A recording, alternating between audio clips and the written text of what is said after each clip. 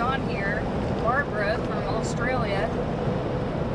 I need to check the comments, but it's been a while since we've been on. I feel like we have friends we need to give a shout out to.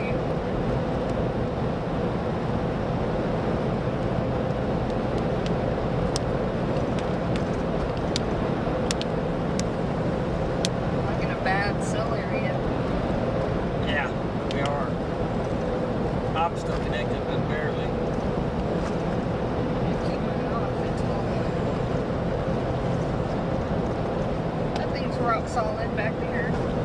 That's good. So you can hear us, but we can't hear you. That's what happens when we go into cell holes. Yes, but we can't see you.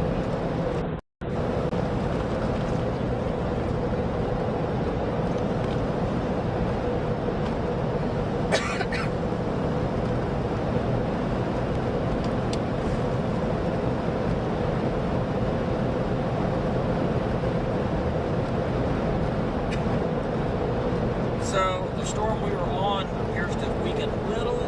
Still severe, but a weakened a little bit.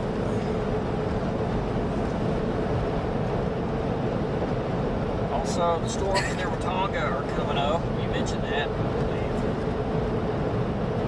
And the storm at Hammond has really come up. It says meso strength in there too. It's got a meso.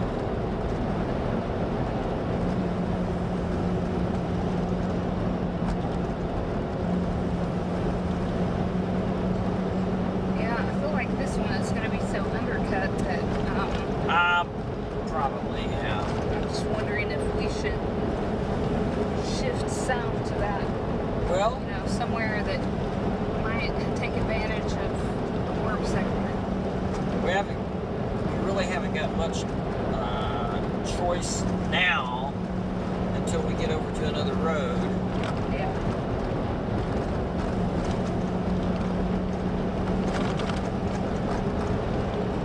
We also have to think about stuff coming into more in the central too. Golf ball size hail indicated, well, actually emptying report down by Sulphur. Oh, really? Yeah. Ah, wow.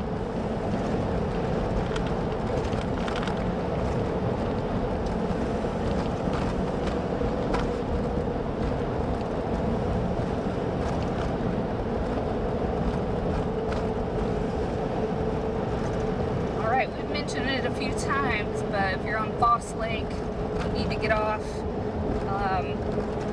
It's not a tornado threat, but it's a hail and wind event. So And lightning too. yeah, and a lightning. So if you're in a camper, you know, I don't know if you could you'd be safer in a vehicle than you would a camper or an RV, something like that would blow. Because we could have winds possible. No, I mean, it's not going to happen everywhere, but possible gusts up to 70. Yeah, that's enough to knock a camper over. Yeah. We've seen it. So right now the heaviest core is going to be southeast of Hammond, moving east.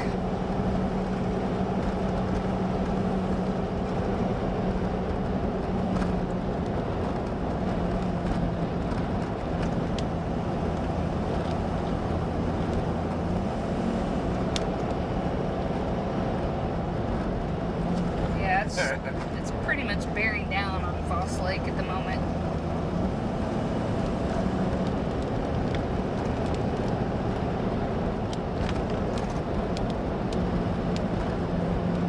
Yeah, that core is just barely west.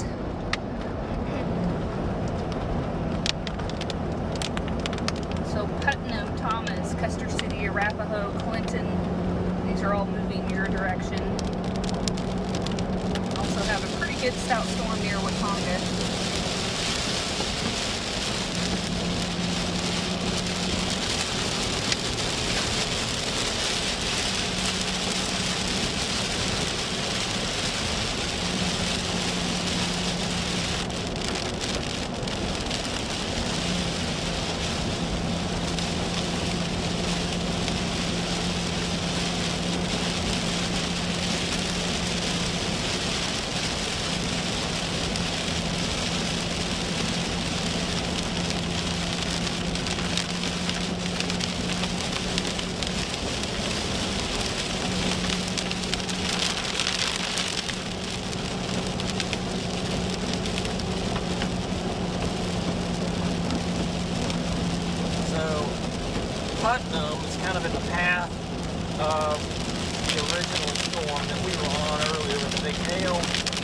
So, Putnam, get ready. It's almost through you.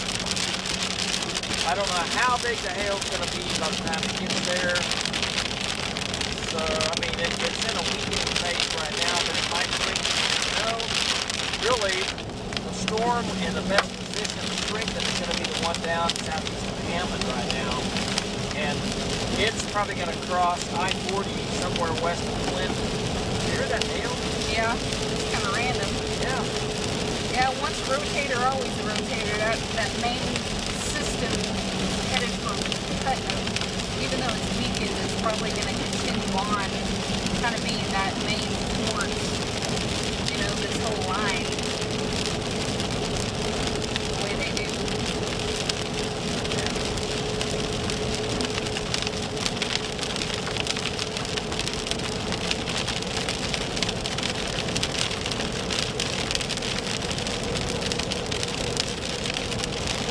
All of that's kind of matched into one. Oh, yeah.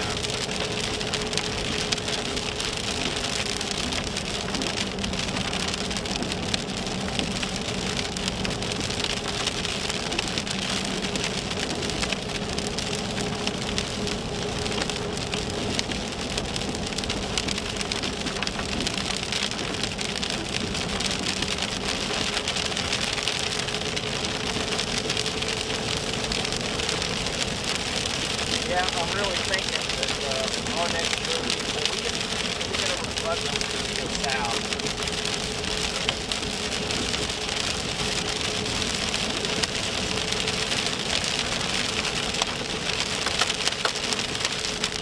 Yeah, we're getting back in the hail now.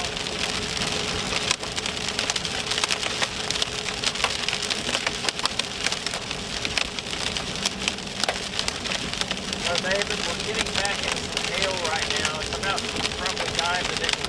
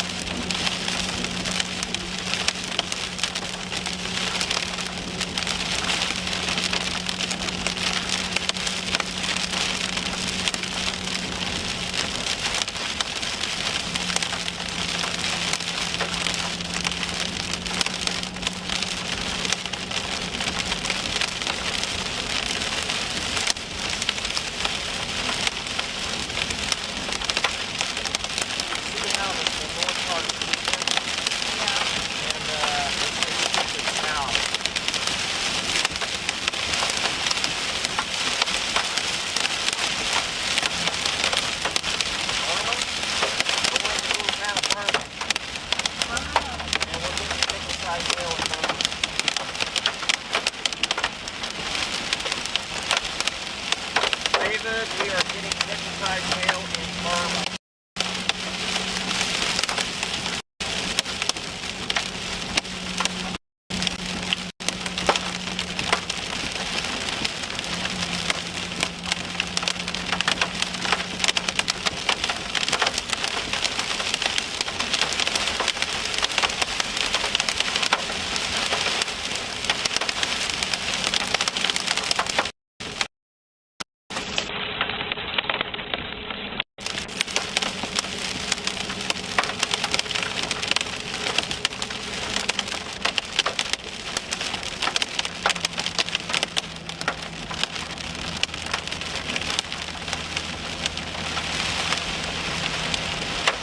Yeah, we're getting nickel-sized hail in Burma.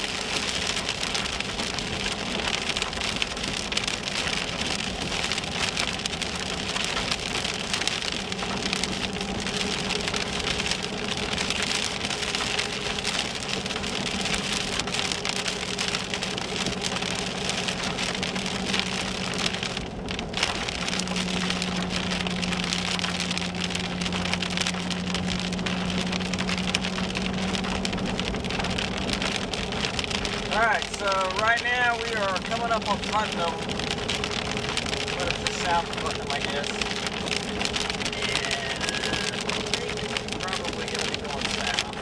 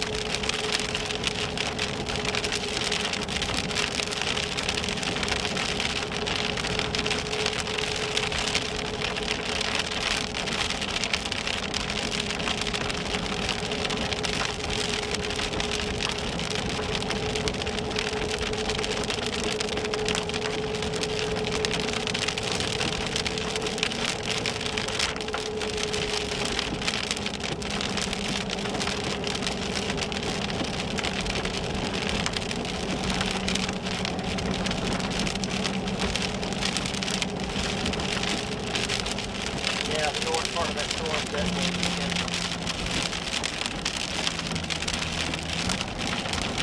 South part got stronger. So overall, all of them a little, I think. Yeah. Well, and the herd showed that too. You know, initially they'd be strong, but then they would weaken, but still produce quite a bit of rain overnight.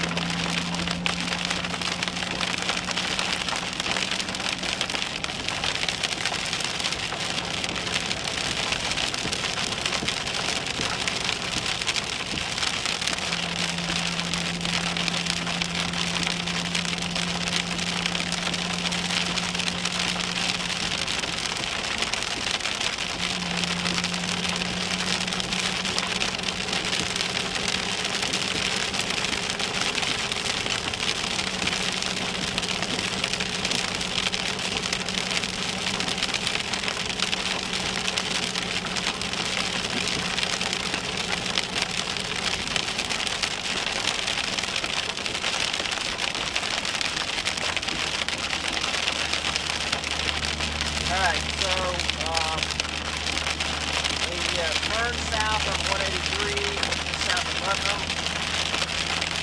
We're headed south now towards Arapahoe and Clinton. Basically, the storms are a little weaker now than they were.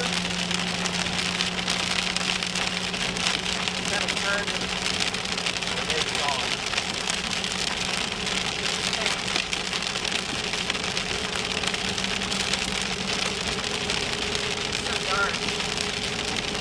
going to come right down I-40, right into and through every square inch of Oklahoma City as it comes in from the west. Valcaster's out, Jeremy Carter's out, Tom Pastrano's out. We've been tracking these storms here the last several hours since the get-go, and we'll be tracking these all evening long. Okay, let's go to Links 1, severe thunderstorm watch until 2 a.m. Oklahoma City. Right in the middle of that, you can see the box out here flashing. Those are the severe thunderstorm warnings in effect, okay?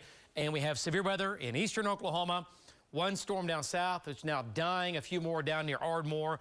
But what is gaining steam now is running from Dewey into Custer County, coming into Blaine County, once again moving east at about 16 miles per hour. Then a new cell and new storms going up west of Dempsey, west of Cheyenne, west of Sayre. And these are all going to be strong and severe, right? So they're going to move easterly, and new storms going up between Kingfisher and Watonga, going right down Highway 33. And then look at that big storm over Putnam right now. That's going to Fay and Thomas. So anywhere with this storm, this leading edge here, you could see winds of 60 to 70 miles per hour. It's going to be a west wind, right? Not a tornado threat. Okay, so that's some good news there for sure. And the hail sizes are going to be nickel and dime, quarter, and up to golf ball size hail. And the radar here is painting out nickels and dimes and quarters, but they'll pulse up, they'll strengthen, and you'll start to see some of the orange showing up where we're getting those golf balls. And that is now coming into Putnam, coming in from the west. The intensities, it's gone up, it's gone down, it's increased, it's weakened, and this is what we're going to do. But I really think overall the trend is going to be up because we're going to see a lot more in the way of storms developing. Here's Oklahoma County. Thunderstorm now over Watonga. It's increasing. It's going to sure. What I like about this is heavy rain. That's exactly what we need to help us with the drought. Bad news, we're going to pay for it with a little severe weather in the form of some wind and some hail. But boy, Putnam right now is right in the middle of it, going to Fay, going to Thomas. There's your storm track. Clinton at about 8:18. Kingfisher 9:32, Edmond at about 10:20, and Tinker at about 10:48. And I want to point out that's a storm track on this. This leading edge will be here before that, and I still think we could have additional storms developing along Highway 33 up towards Guthrie and Kingfisher, and then back out into Canadian County before the main or the big storm in the back moves in. So there's 10 o'clock tonight. This is Future Next Gen Live, Future Radar.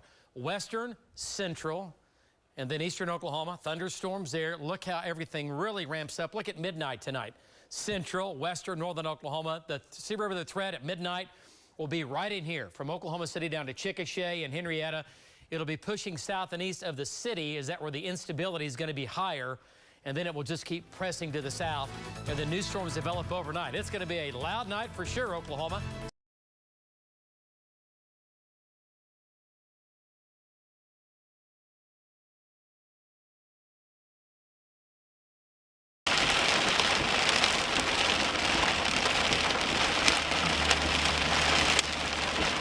We're staying right at the airport, you know? Yeah.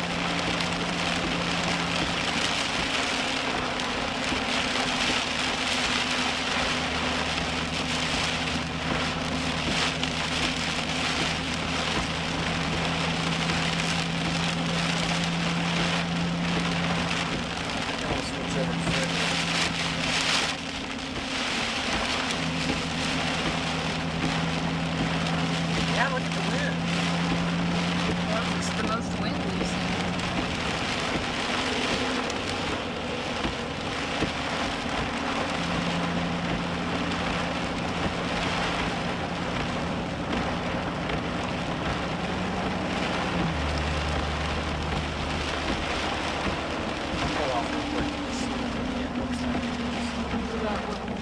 What are you showing? See our location right there. Oh, yeah. It's like maybe where the original mezzo was. Yeah. So this is 50 for sure.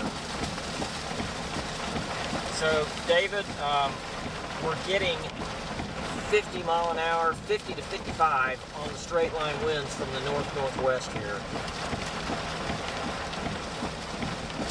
And we're getting sporadic off and on dime to nickels.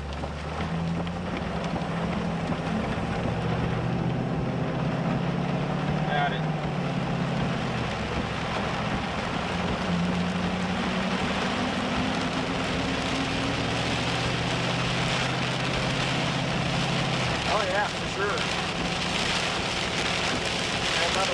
going south now towards the Arapahoe.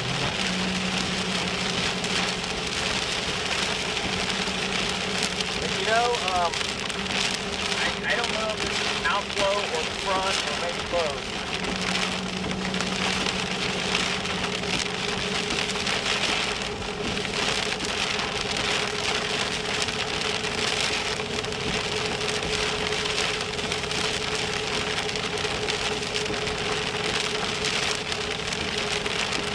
Okay, but so it's south of 40, it's probably south though, right?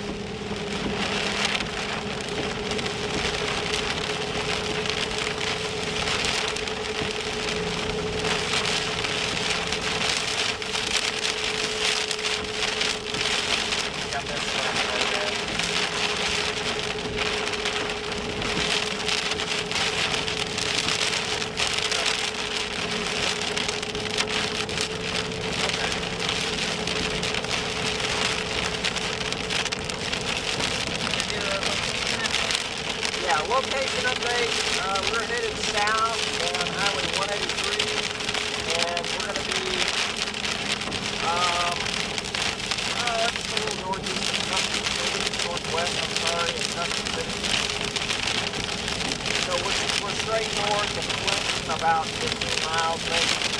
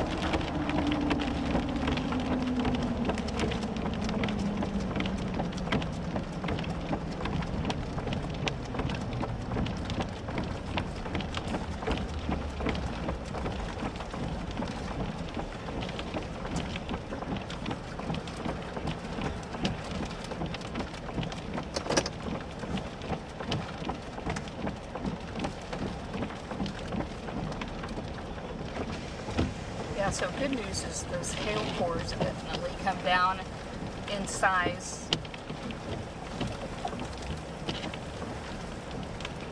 So we're not seeing as much hail, but we are seeing more wind. Oh yeah.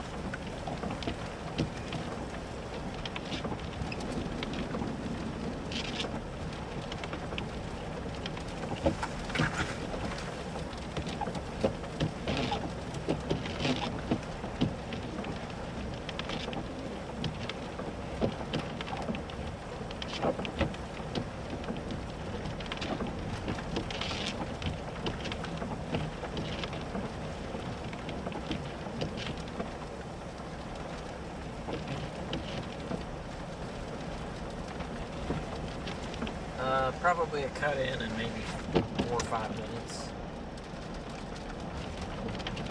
Okay. Well, actually right now. Oh. I don't. What kind of shot you want? Night, Val and Amy and Tom and Jeremy Carter. And again, these storms, pretty stout. We've had winds 50 to 60 miles per hour. We've had larger than half-dollar size hail, and that certainly will get your attention. But either way, storms moving east-southeast at about 15 to 16 to occasionally 20 miles per hour. Let's get an update from Val. He's right there in the thick of it here, and get an update on his storm. And Val, that storm is severe still, moving off to the east-southeast. It might have weakened a little bit in the last 10 minutes, but they go up, they come down. Give us a quick update out in Dewey and Custer County.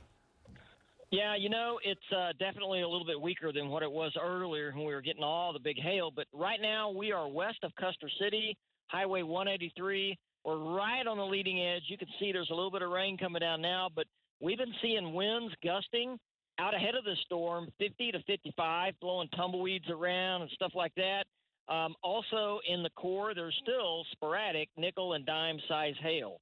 So back to you, David. Yep. Okay. So yeah, it's come down some, and Val confirms that. Radar confirms that, and then we have Tom now off to the east of that storm. New storm's developing farther east, and Jeremy's a little farther south. This is all going to come into Oklahoma City. All right. So that's the deal. Hopefully they'll weaken, but the instability is getting a little bit better, if you will, and also humidity is increasing. Low-level winds are increasing a little bit, so it's going to try to feed this as it slides down I-40. Until 2 a.m., the county's in blue, severe thunderstorm watch in effect, and then the county's flashing yellow. Those are current severe storms out to the west. So here's Canadian County. Here's Kingfisher. Tom now just west of Kingfisher. That storm is severe, just west of Tom, back near Watonga. Here's the one big storm now, just barreling through Putnam and Fay and Thomas.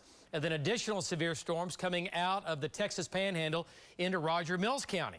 And those are severe. So they're going up along and south of our cold front, which is stationary just north of Oklahoma City. All right, so the big show's out west, and it is moving off to the east. There we go. Other storms now northwest of Dempsey and Cheyenne.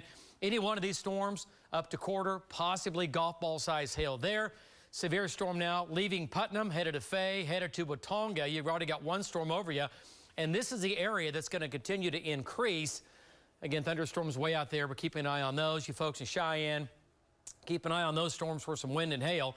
Hail sizes, nickel and dime, quarter size hail right now. Hail sizes holding their own. Again, moving east, roughly at about 16 miles per hour. 7 News 9.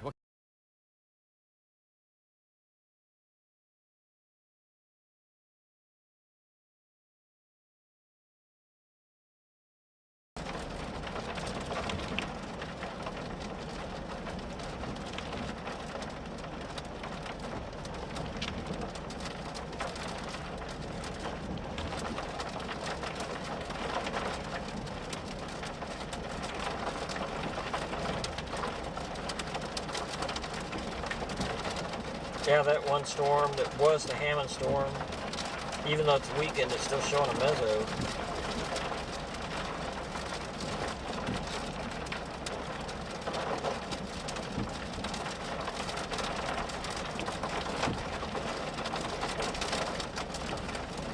Yep, winds picking up.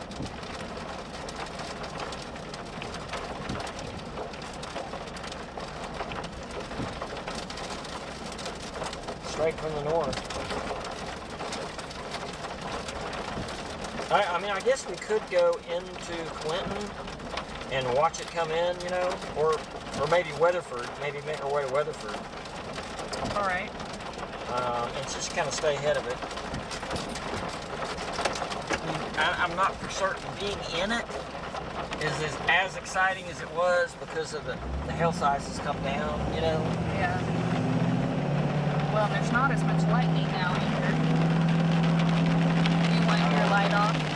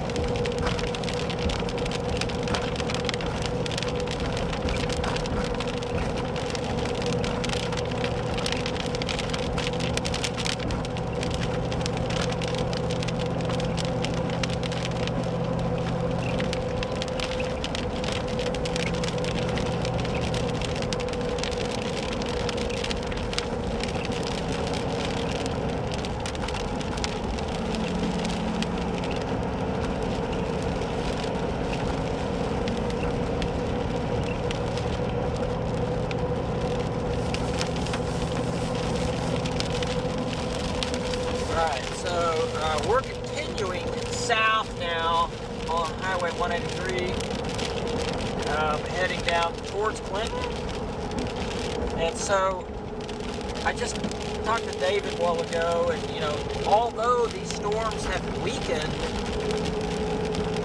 you know, that's the reason is they're probably getting undercut with the front and their own outflow. He's telling me that the storms are moving into a better environment, better 850 winds, higher dew points, and so he expects the storms to strengthen, especially storms that can form out ahead of the boundary or maybe stay on the boundary for a while. And you know, you got the watch is saying 70-mile-an-hour winds and 2-inch hail. That's still a good possibility for any storms that develop out here. So, that being said, everybody along I-40 from here all the way to the metro and south of I-40 needs to keep a good watch on all these storms that are moving through. By the way, I just want to give a special thanks to our sponsor, Belter Roofing. If you have any roofing needs, they're extremely good at what they do. Belter Roofing, give them a call.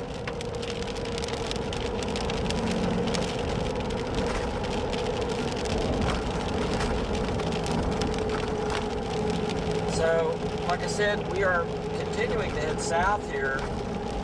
Just going to stay on the leading edge of all this and maybe make our way back towards the city.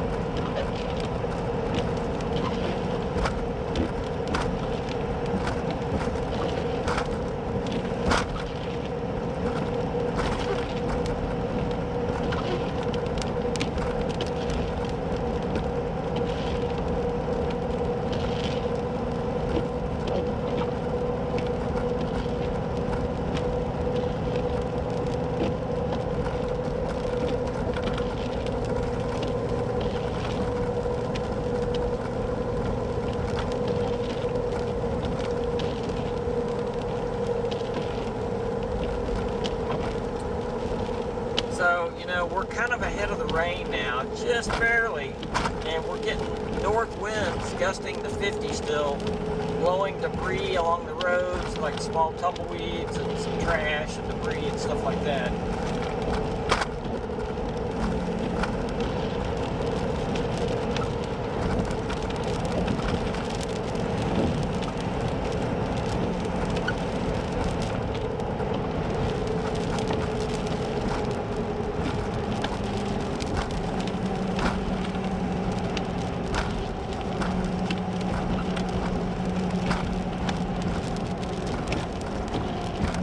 So we're coming into Arapahoe, which is just north of Clinton.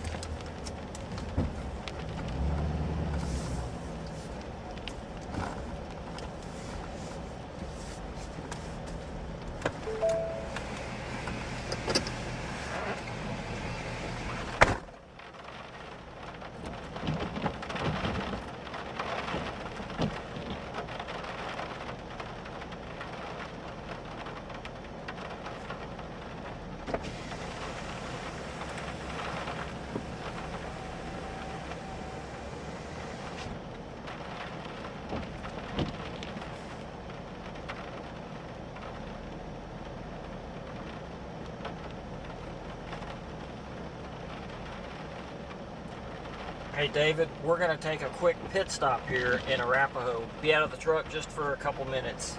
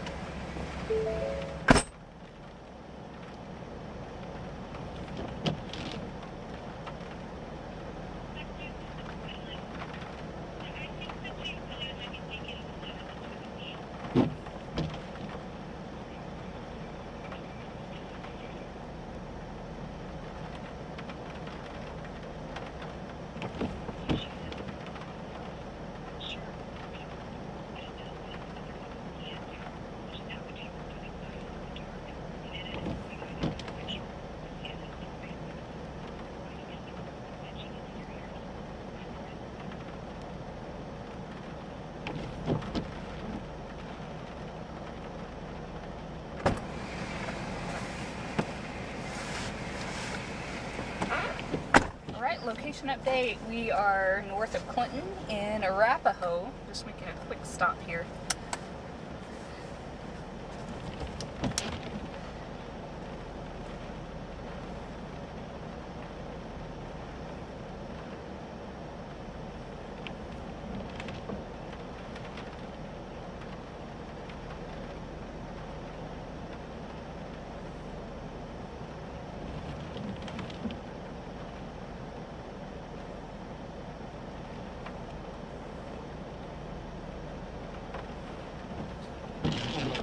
So they have dropped the severe warnings for all the storms that we've been covering from Butler down to Weatherford.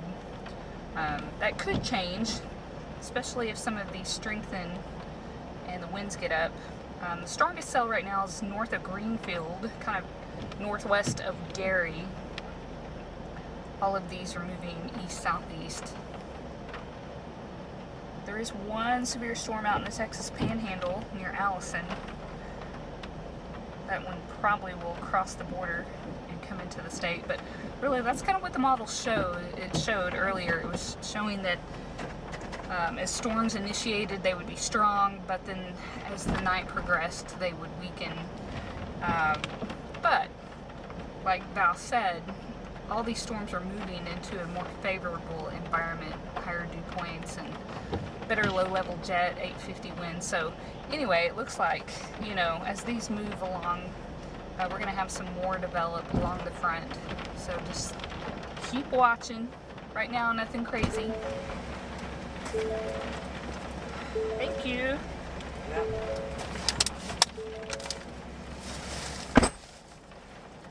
When I'm knocking like that, sometimes the tailgate locks. Like the back doors are locked. Oh, right, yeah. You gotta hit the unlock button to unlock the tailgate. Okay. I don't know why it does that. I wish it wouldn't.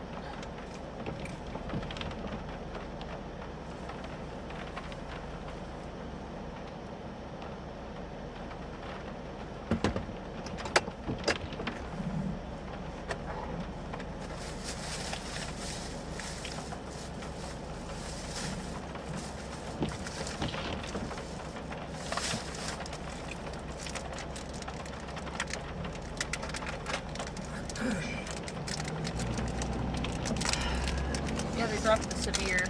Okay. At least for the moment.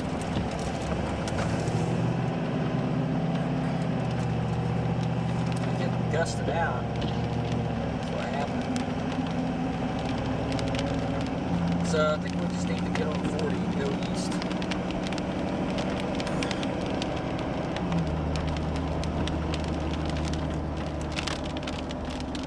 So, David, if you're listening, I see they dropped the warnings out here, and I'm thinking, thinking that maybe we just get on 40 and kind of slide east with everything.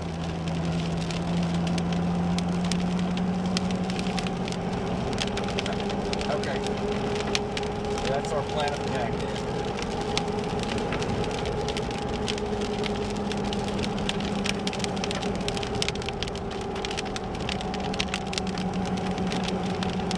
Yeah, we're just coming into the north side right now.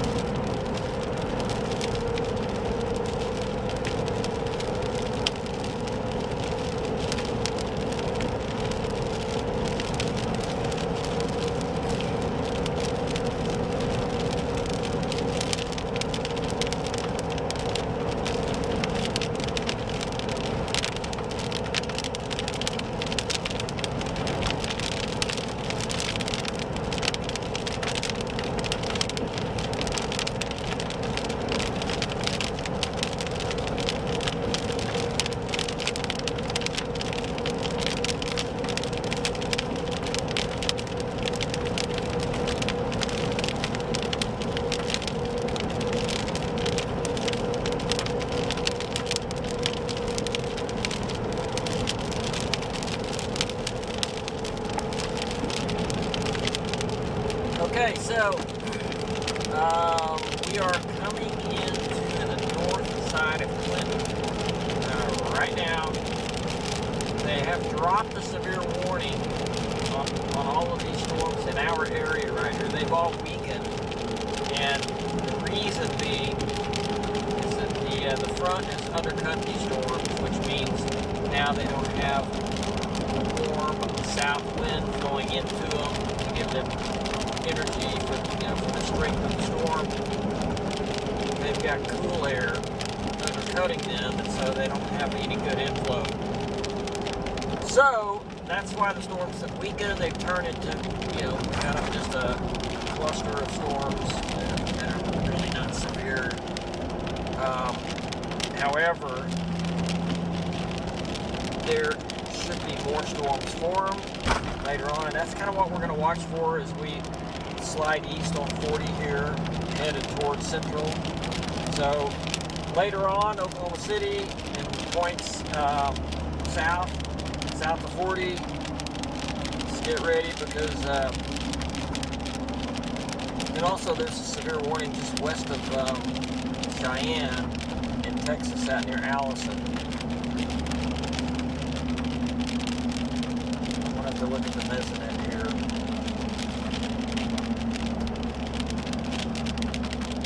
And look at the winds.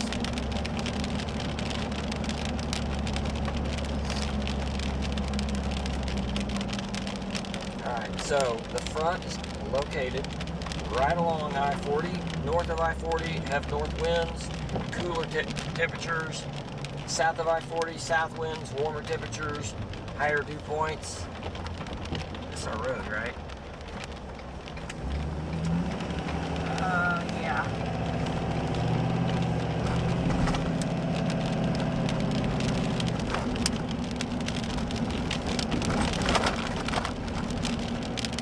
So yeah, that's where it is.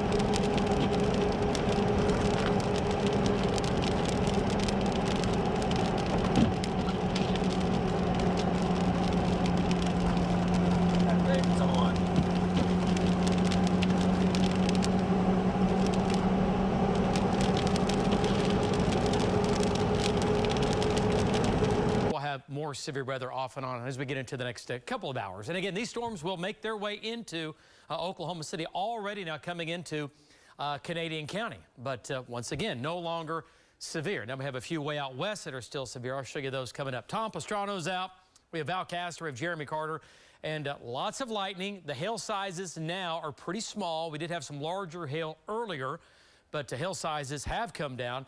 All right, let's go to Lynx 1. Severe thunderstorm watch in effect until 2 o'clock in the morning. It does include all of Oklahoma City back into western Oklahoma. So all the counties, again, covered up in blue. Severe thunderstorm watch in effect, again, until 2 a.m. All right, so Oklahoma City, quiet now. Line of thunderstorms running from Kingfisher County back out and along and north of I-40, moving east at about 16 to 17 miles per hour, not very fast. A couple storms in the south went up. Those have died. Eastern Oklahoma storms are, at least at this point, going away. So this is the only game in town now. Start you out here, Cheyenne, Dempsey. Again, scattered showers and thunderstorms with these. Nickel and dime size hail, maybe some quarters now west of Cheyenne, northwest of Dempsey, especially with a storm out in the Texas Panhandle. And then other just strong storms coming into Thomas and Fay. Now over Watonga, heavy rain in Watonga and just west of Kingfisher. You can see the movement here moving east. Again, not very fast. So rain amounts are going to be heavy as it moves right down Highway 33 and it moves right down I-40. So this blob will make its way into Oklahoma City. All right. So right now it's not severe. Talking about small hail, gusty winds, nickel and dime size hail now, winds maybe 40 to 50 miles per hour, but these could easily pulse back up or strengthen and we start to have more severe weather. So we'll have to keep an eye on that. Conditions are favorable to at least keep this severe weather threat going at least for the next several hours. So that's what we're going to be watching here. Tom is right there looking right at it. Hail sizes, nickel and dime, quarter size hail. The storm now just west of Tom, back up to nearly severe as it moves east. There's your storm track on the whole blob of storms, again, making their way east. We'll say Kingfisher at about 8:46, Piedmont 9:30, Edmond at about 10 o'clock, the Village at about 10 o'clock. We'll say downtown Oklahoma City at about 10:28. Folks, we're tracking it.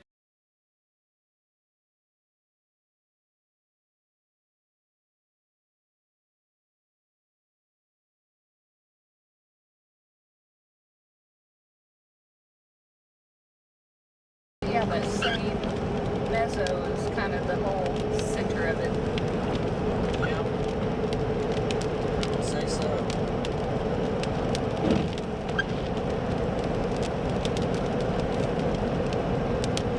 So the storm in Watonga, 1.25. It's probably strongest. You know, resident shows the front being along I-40. We're right on the edge of it here. We're getting outflow, obviously, from that storm. Wind's cranking pretty good here from the north. You know, 45-ish. Look at that truck up ahead. It's kind of, you can see it's kind of pushing him a little bit. Yeah.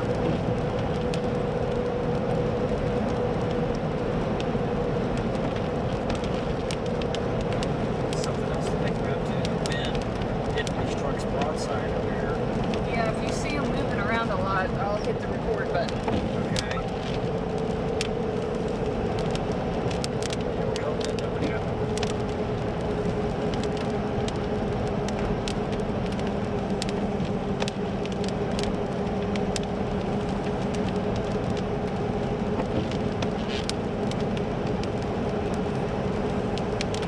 But when you look at the resident,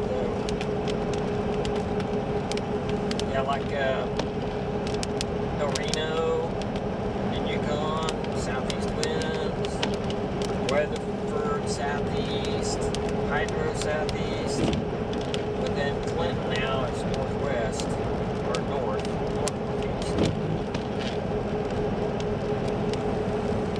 So yeah, right along that front. Dew points, there's a couple lower 60s dew points, 60, 61 in a few places ahead of us. Is that dust up ahead? Probably.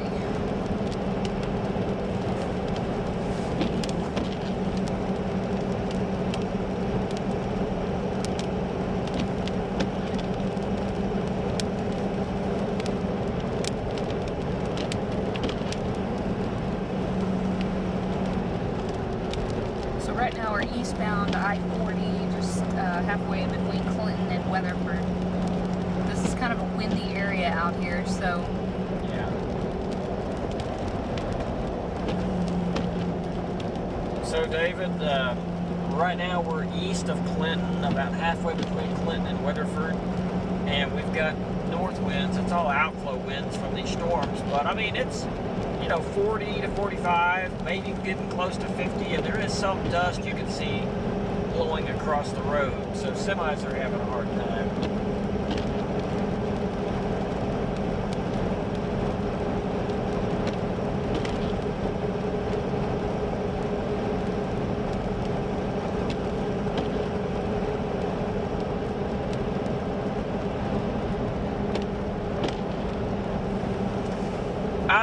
It's probably between 40 and 50.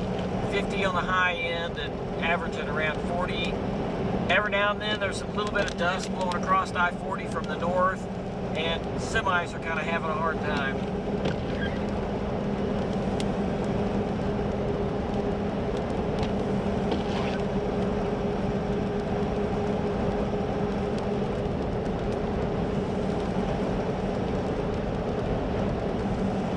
Yeah, no doubt. I mean, looking at the mesonet, looks like up ahead of us, like east of Weatherford and east, the wind turns back to southeast, so that boundary is right along I-40.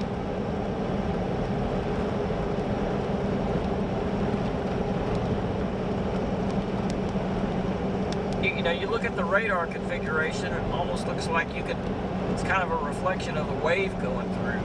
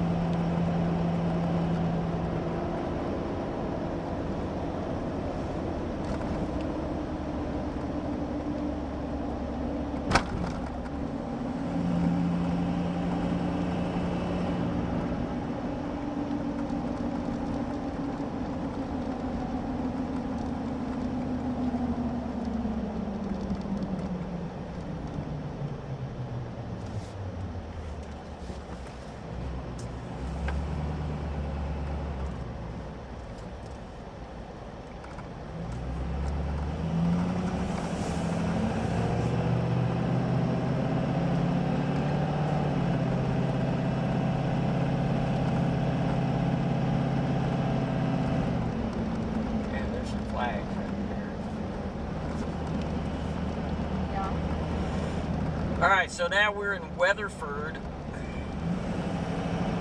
And I pulled off the road here, turned around on the side road, and I'm kind of heading back to the west. I'm just going to try and see if I can get a shot of the wind coming in for the next hit that's coming up, or maybe a storm or lightning shot here.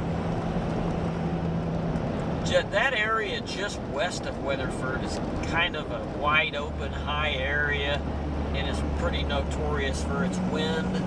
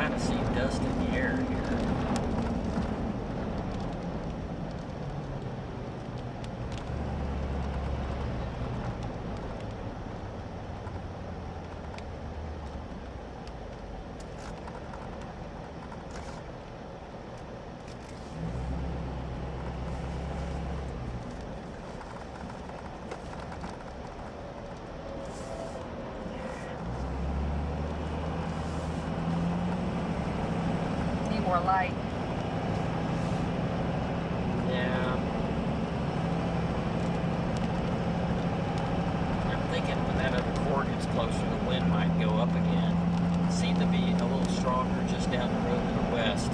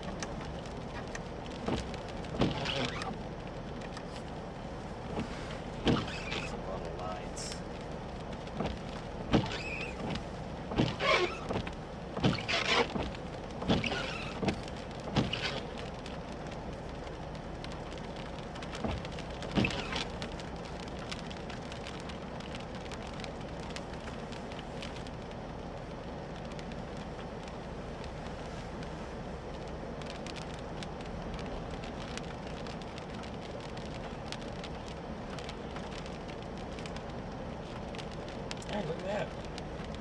The storm to our north is getting stronger. That one. Oh, that'll move to our east. Yep.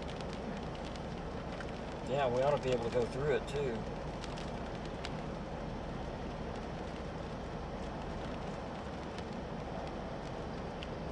Was that the original one? I think so.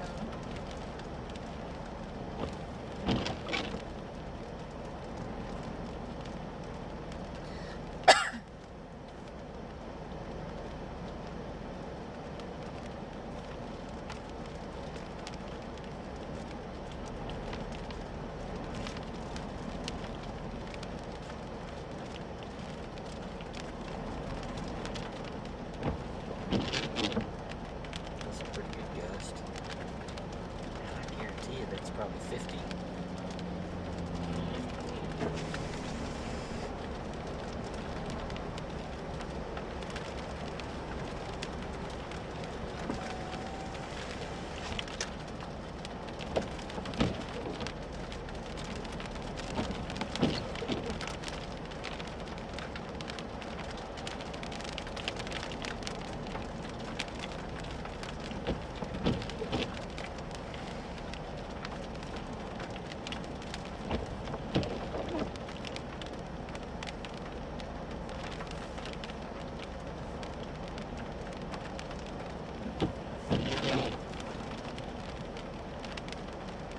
Look at that sign. Moving. Wiggling in the wind.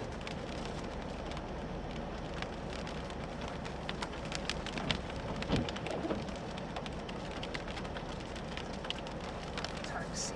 It is. Gotta be a light on it. There it is.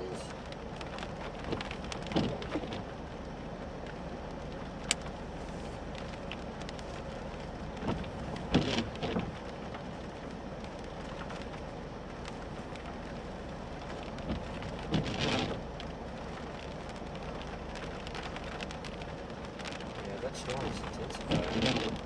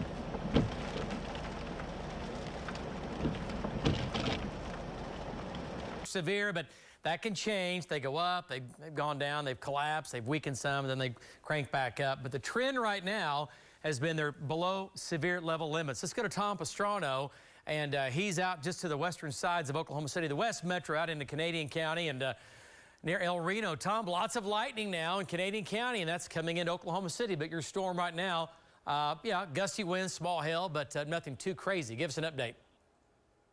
Yeah, I've seen a tremendous amount of lightning. In fact, just west of Kingfisher by a few miles, there was a lightning strike that caused a grass fire. They seem to put it out pretty quick. Right now, we've been waiting for the storm. It's kind of inching towards us, and we're going to stay here till it hits us. Back to you. All right, great job there, Tom. Let's get to it. Lynx 1, severe thunderstorm watch in effect until 2 a.m.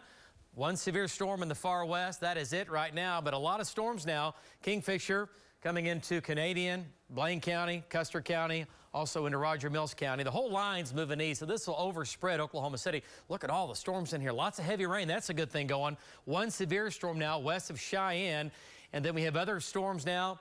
Again, talking about winds 40 to 50 coming down I-40. Val's there in Weatherford. And pretty intense cell now just north of Weatherford, nearly severe, and also near Okarchi. So everything's moving east at 15 miles per hour. Severe storm now west of Cheyenne. We're watching that. And here in Oklahoma City, we're dry for now, but heavy rain running northwest of Okarchi. Lots of lightning back down to Weatherford, and again moving east. And we've had one little cell go up east of Luther, now coming into Wellston. That's weakened just a bit here in the last 10 minutes. Hail sizes, nickel and dime. Might have some quarter-size hail, but right now lots of nickel and dime size hailstones in there with a lot of lightning and thunder.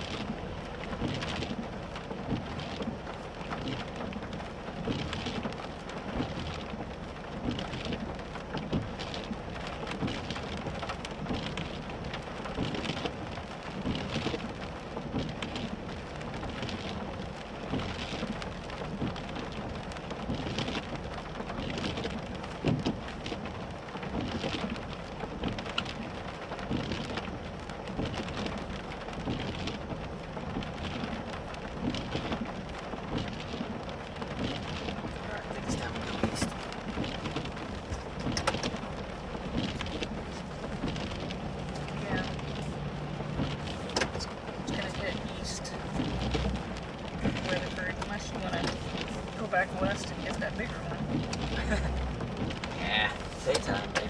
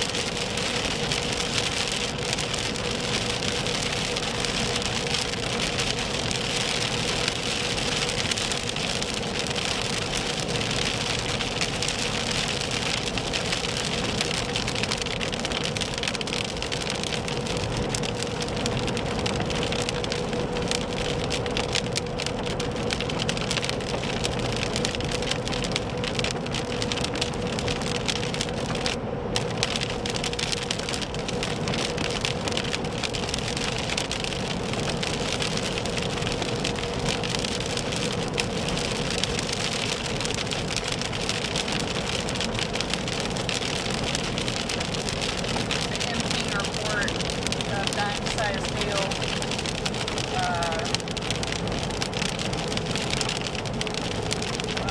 South of Thomas. Straight north of us. That makes sense. So it shows that core moving towards hydro, but like you said, not really that much. So I don't know. I wouldn't go further east of hydro and wait on it, or can we go north of hydro? We could. I mean, I think there's a road there. Probably be better to stay on 40 though. Yeah, we'd probably see more.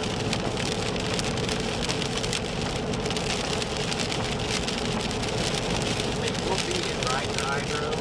Yeah.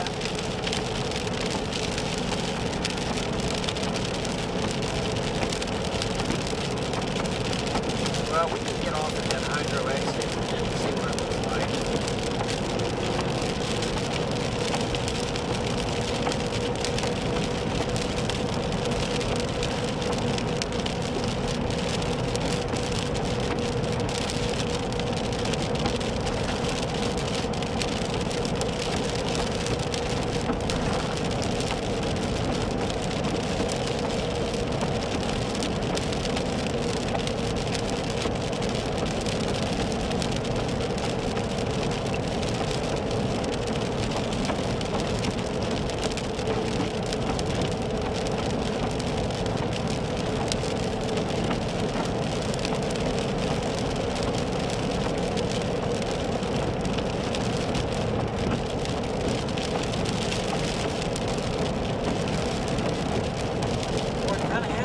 Left, hasn't it?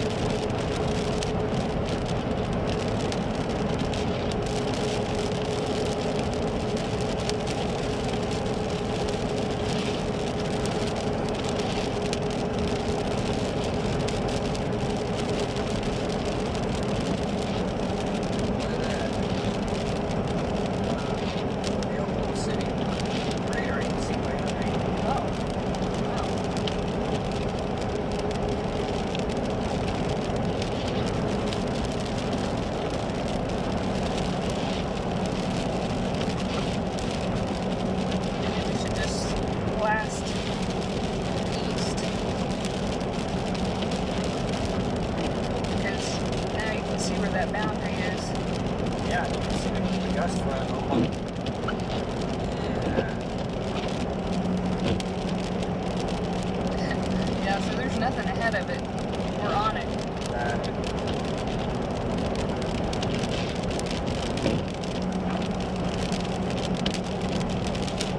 Just wait until it gets to the whole city. That's what it seems like they always do.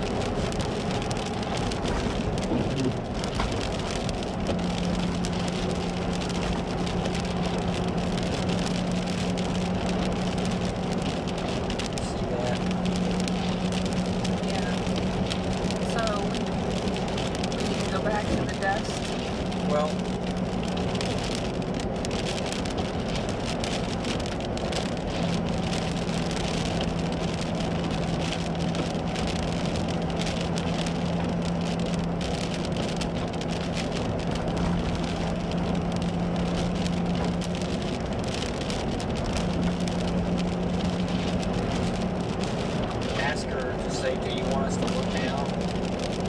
Okay. Yeah.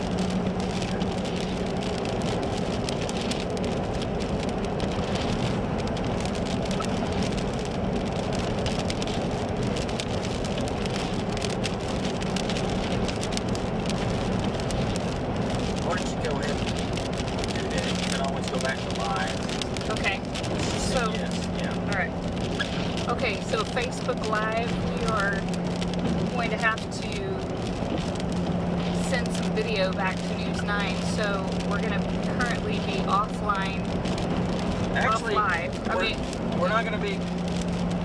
Yeah, so we'll be live. It's just the video will be from earlier. We're going to send the dust storm back to News 9. So anyway, the video you see in the next few minutes will be past video, but we'll come back live in just a minute.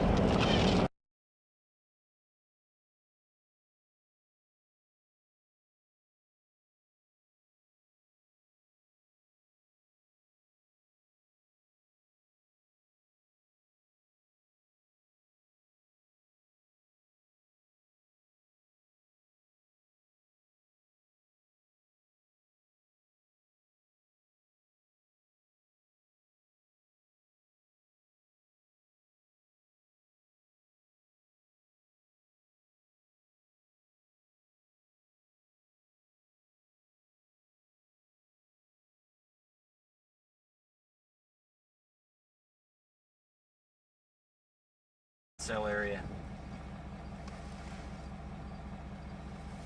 See the base right there in the middle?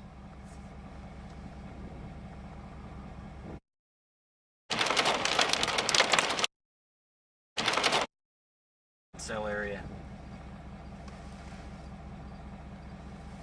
See the base right there in the middle?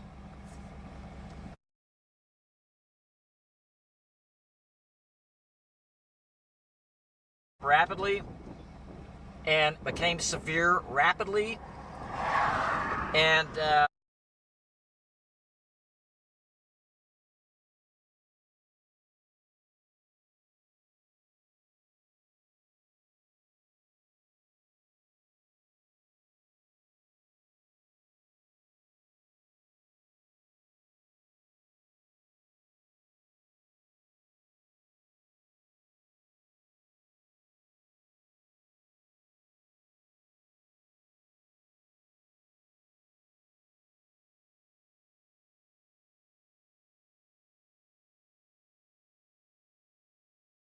west-northwest. Look at that.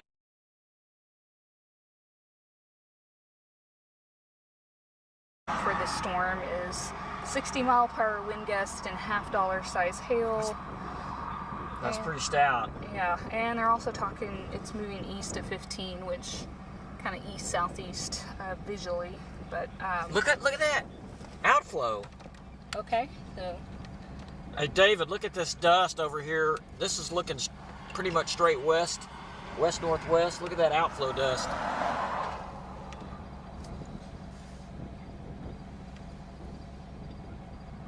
okay, we still have inflow here at our location. But Yeah.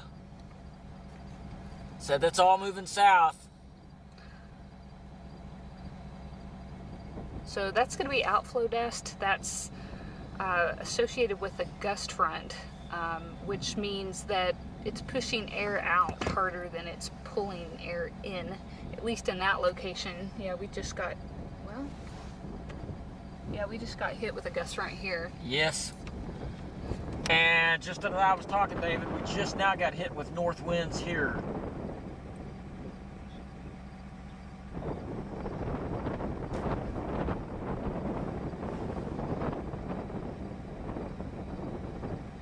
Right now our current location is halfway in between Leedy and Camargo, Highway 34, and looking northwest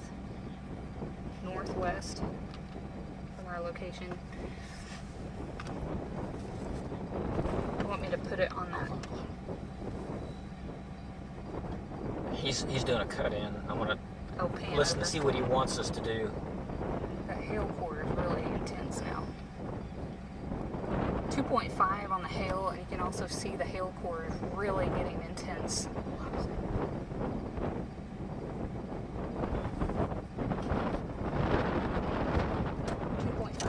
Okay. Wow.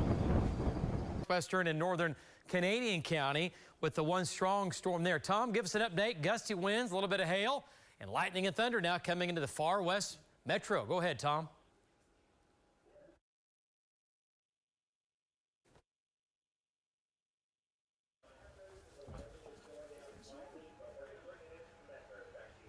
All right, well, we didn't have his audio there, but either way, we'll figure that out. Let's get back to it here. Thank you, Tom. Let's go to Links 1. And there it is. Severe thunderstorm watch in effect until 2 a.m. for the counties in blue.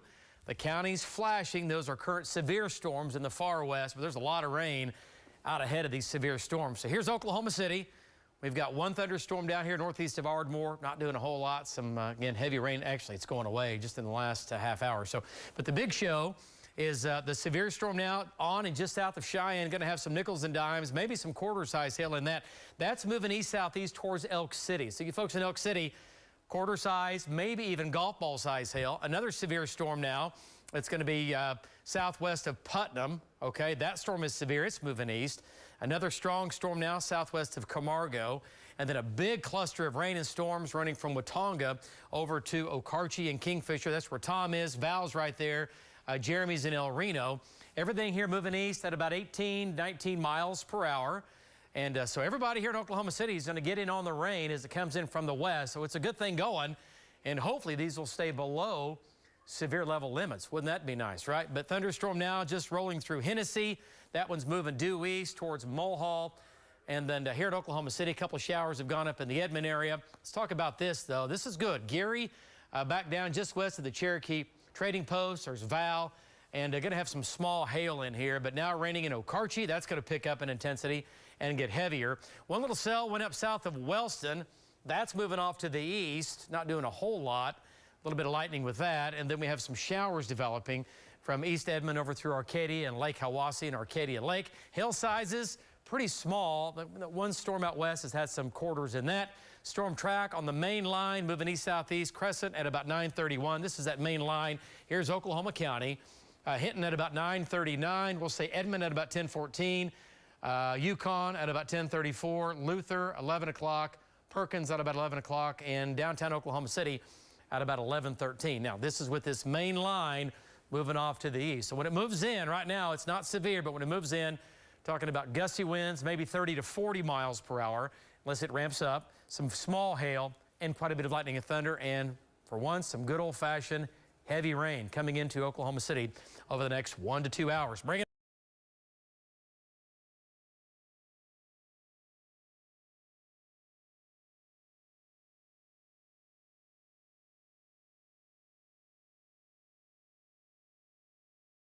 He's on.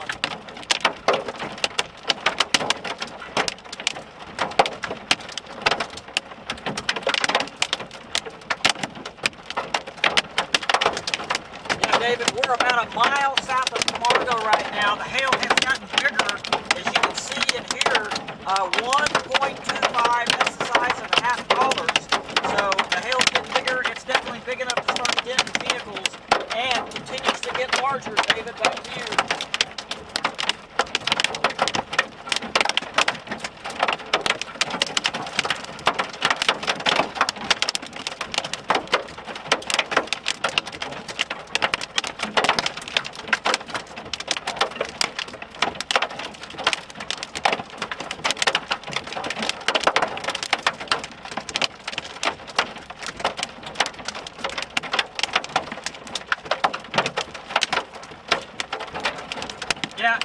Yeah, David, the winds are very light where we're at, light northerly.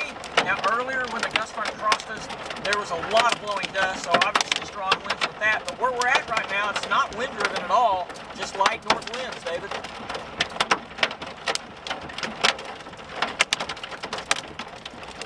Storms increasing to the southwest also.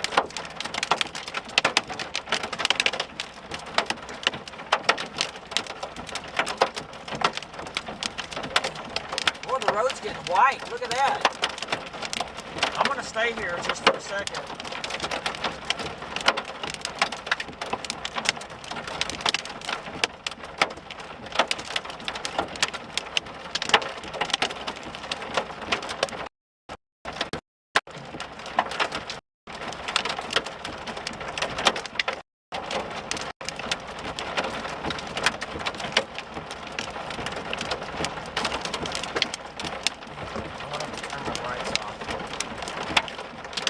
So it looks like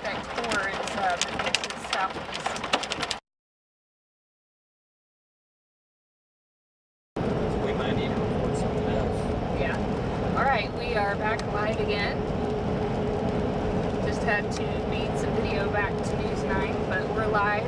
Right now, current location, we're coming into the Hinton exit area on I-40 eastbound.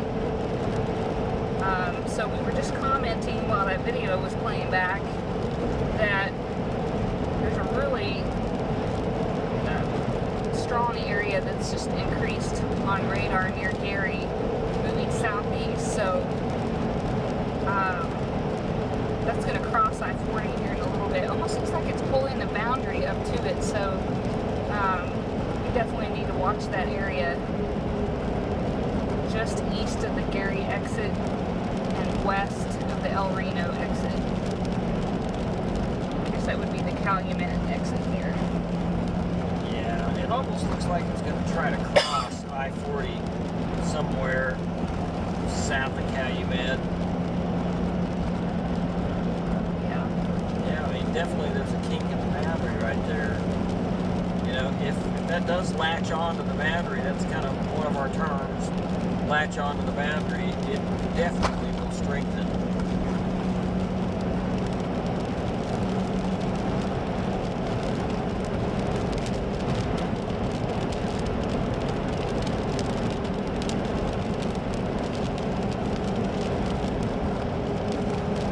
Currently, it's not officially severe, but we're watching it close.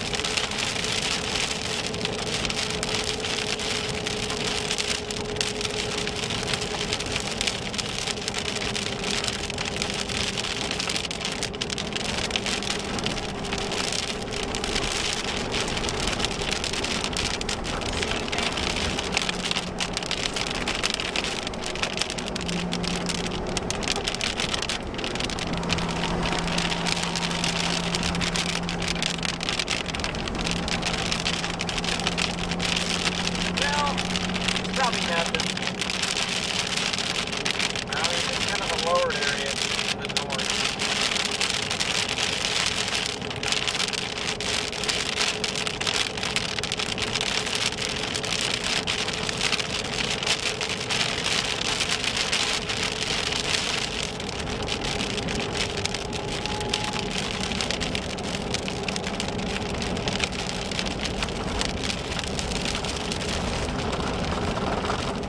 I think I'm going to get off the Calumet exit.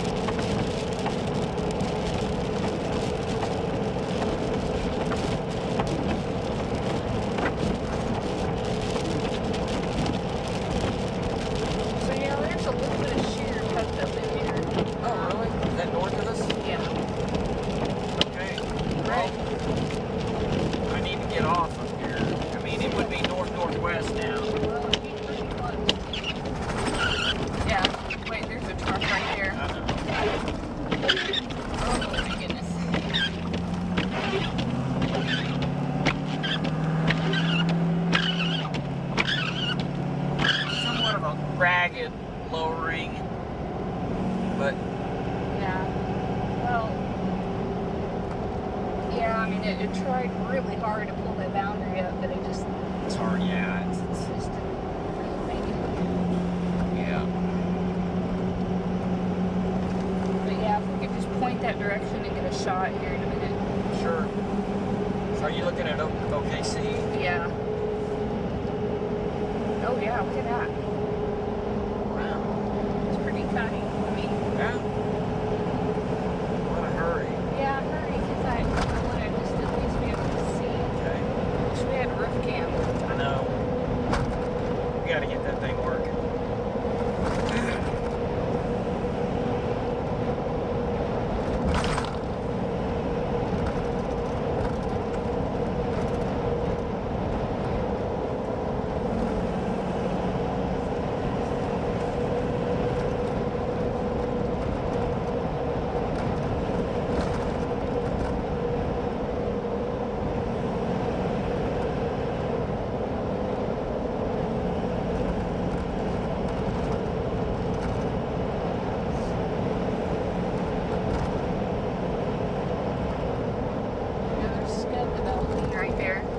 Pull off here.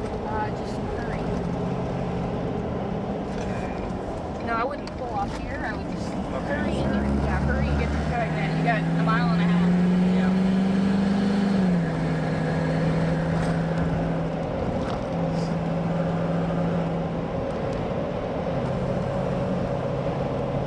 Yeah, that's just some scud, but I can't see what's like directly over us. Okay. I'd love to see our winds turn to the south here. So it's probably really high based, but we're noticing a little bit of area of shear on radar just southwest of Calumet, pretty close to I-40, a little north of I-40. That outflow boundary has spread out, but it tried really hard for a while to pull that boundary in, and it's trying to rotate. It's just not making it down to the low level. So, but this definitely needs to be watched because.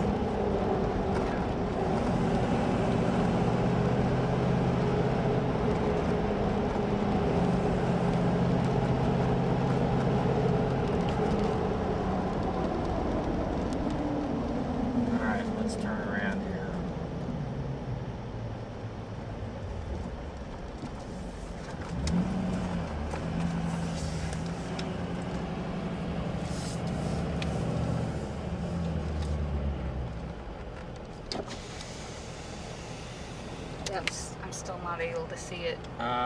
Is there a way to point? Yeah. I need to point west. Okay, there's a road behind us. want to pull into it. See it right there? Yes. Here, I'm gonna roll the. Yeah, I want to back. Yeah, into you're that. fine. You're fine. Okay. So we're seeing kind of a ragged base here. It's just when it lightnings.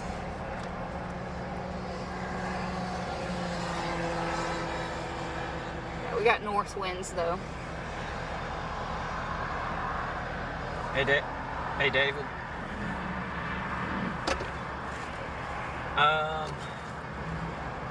Look at our shot here.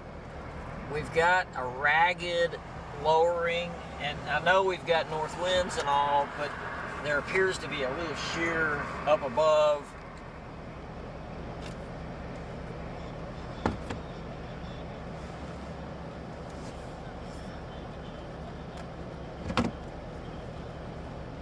Yeah, I was hoping we pulled off, and we're stopped at the K-Mid exit. I was hoping we would have south winds here, but nope, no dice.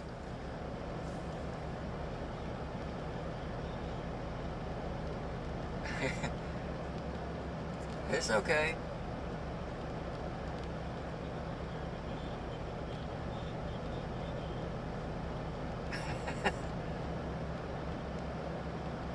Look at that right there.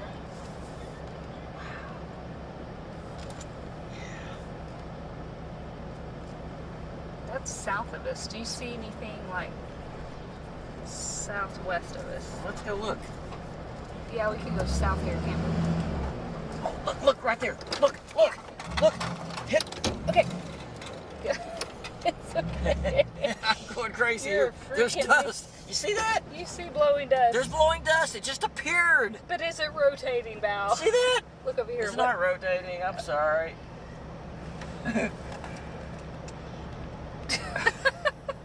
Are you on edge or what? I saw this dust suddenly appear, and it wasn't rotating though. That is Oh, there's it. a car coming. Good grief. Did you see that?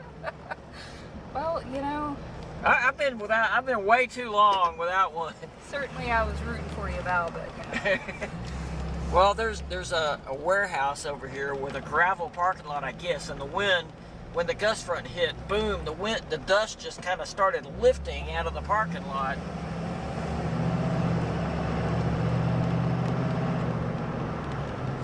All right, so what we're looking for is going to be south-southwest of our location. So it's kind of that area in that region that's really trying to pull that gust front back up.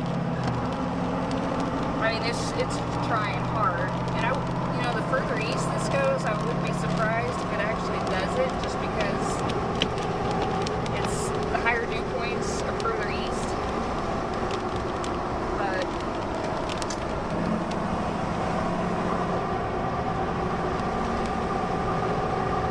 just don't see much lightning in that direction.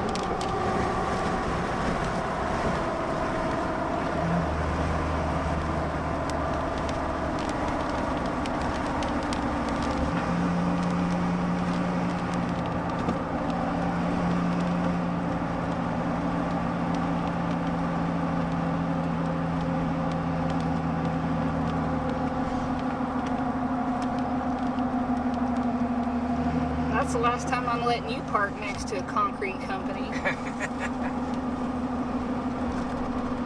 Wow, this has a TBS with it. Telling you, it was something. Look what it has a finger. Okay, he's on. Okay. I don't have lightning in this direction, Val. Out west, we have Tom Pastrano out tonight, Jeremy Carter and Val Castor way out there. And again, these storms are making their way east, coming down I-40. And we still have heavy rain. A few of these in the far west are severe, but just a big area of rain, exactly what we need. Let's go to Lynx 1 here. And severe thunderstorm watch in effect until 2 a.m. It does include Oklahoma City. Severe storm now in Canadian County, right? And Val is right there. I'll tell you what, let's jump into this here. Cassie, go ahead and let's bring in Val, and let's get an update from Val Castor.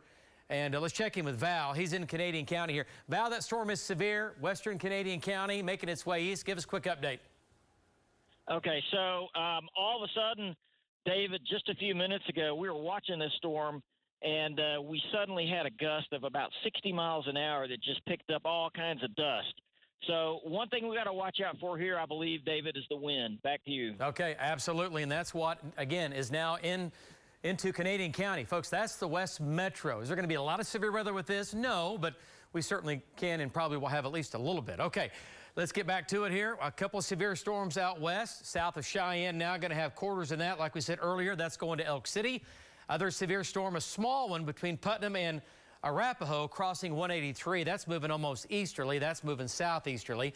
And then we have the big glob of storms in Canadian County, which are now severe, running from El Reno back to where Val is. And these are moving east-southeast, right? So Piedmont, Yukon, Mustang, get ready for the heavy rain. Winds are going to be 50 to maybe 60 miles per hour, like Val said. Also, nickel and dime, maybe even some quarter-size hail. A little bit of rain near Crescent and Mulhall.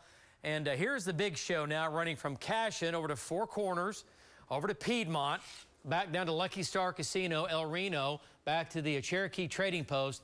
And this storm is the one that is now severe from where Val is and Jeremy are located back to the west. So you're going to have your hail in there. A couple of showers in East Edmond going up, and one thunderstorm earlier east of Wellston.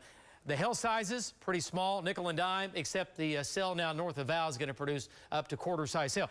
Piedmont at 9:56, Yukon 10:10. We'll say Edmond at about 10:30. How about downtown Oklahoma City at about 10:42, 10:52 for downtown. And again, here in Oklahoma City, winds 50, maybe 60, nickel and dime, maybe some quarter-size hail. Folks, we'll see you at 10 o'clock. Statement is 9. We'll keep you advised.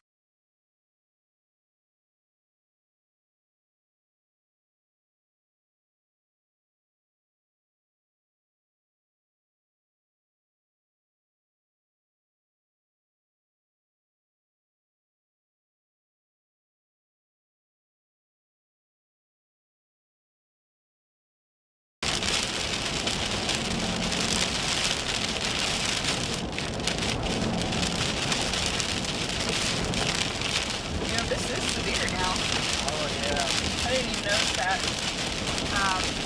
David, we're going to go west on old Route 66 here to try and find a hail.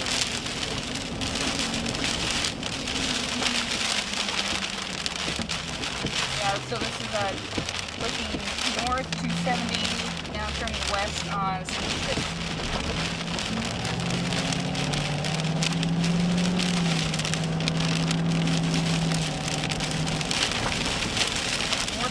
Cranking. Yeah, it's cranking. Yeah, we're pretty close. Oh, Wow. debris in it. Okay.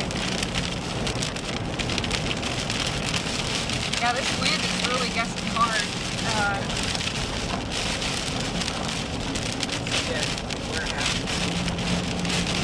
Yeah. Oh, yeah. Whoa. Look at that. Look over there. There's debris. All kinds of debris blowing around that building there. I think we probably might have had a 65 or 70 here. It did a little bit of damage.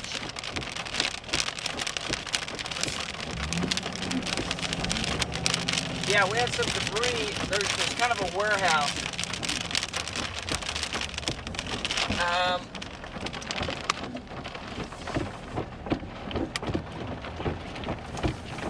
So the debris we had looks like to me it probably was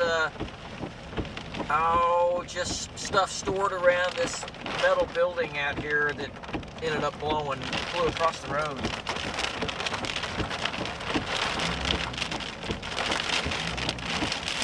Yeah.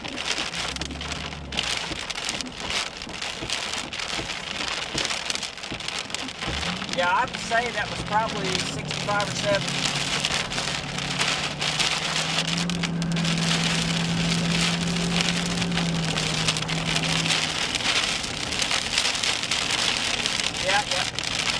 Yeah, and we're not on I-40, but I would not be surprised, if it blows the semi over, blowing this hard. Okay. Well, we had a gust probably 70 a while ago. What are you doing? Turn around. You gonna go 40?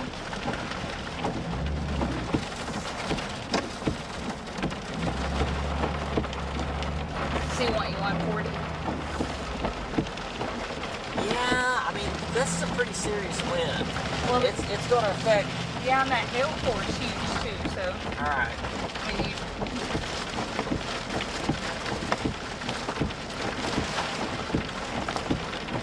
Okay. Well, I don't think we need to go much further. It's going to come right over us. All right, I'll turn back around. We'll go a little bit further and turn around again.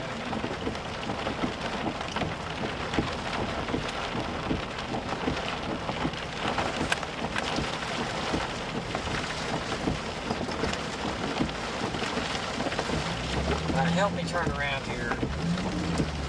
Where's that area, that spot? Right there? It's too dark, I can't see.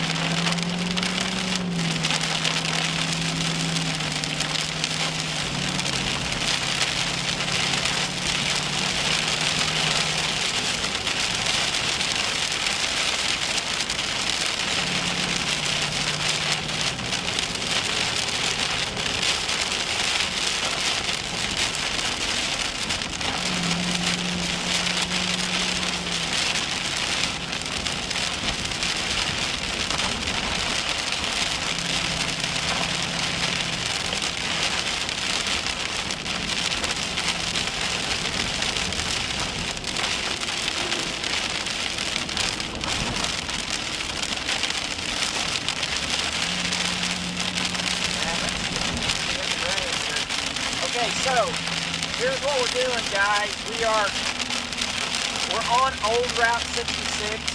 We got off at the Calumet exit, and now we got on 66, and we're headed west. We're going to try to position ourselves right in the middle of the hail core. We also just had a wind gust, probably 70, that hit us from the northwest.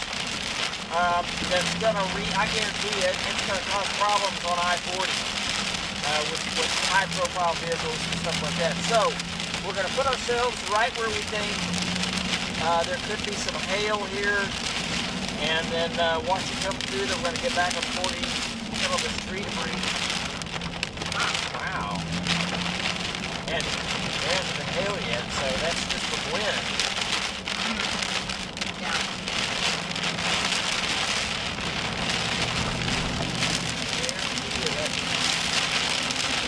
There's an elevated window on the storm back there. Yeah.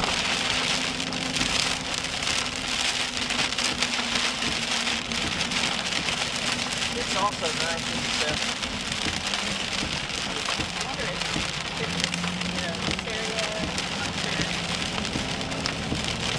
This is the area that all of us probably realize is the north part of that metro, some of the north wind part. But there's a lot of debris on the ground here.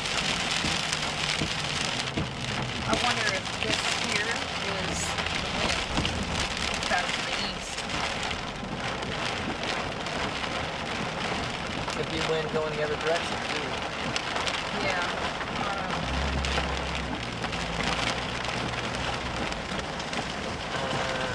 Okay.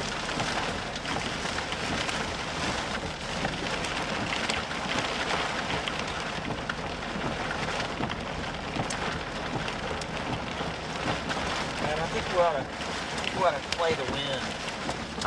Yeah, that hail core is really weakened, Yeah. so I think the wind is the bigger story. Yeah.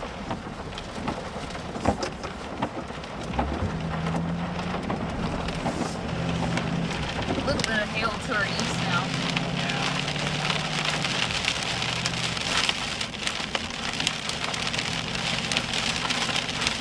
So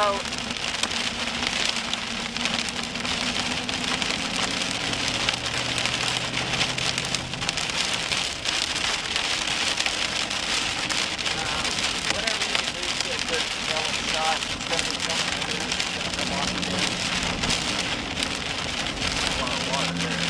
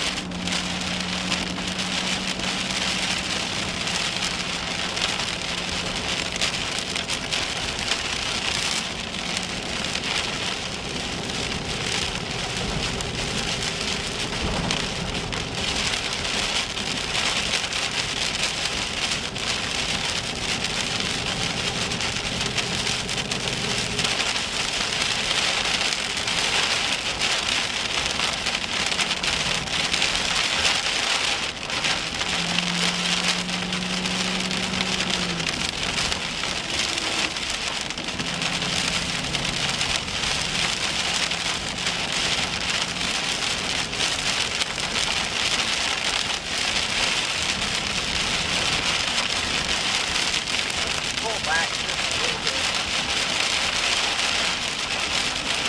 Oh, no, it's still on the way. There you go.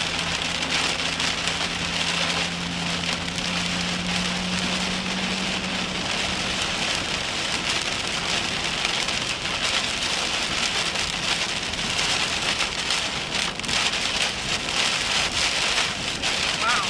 Man.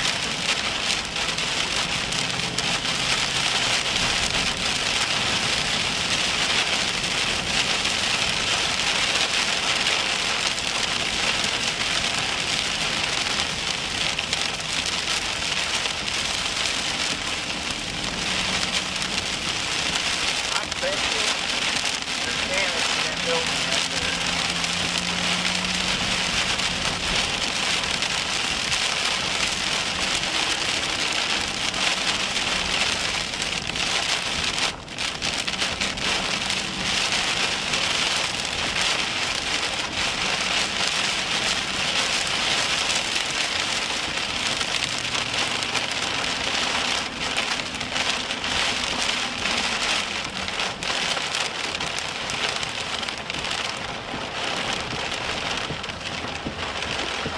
I think if we sat here a second, we might see hail.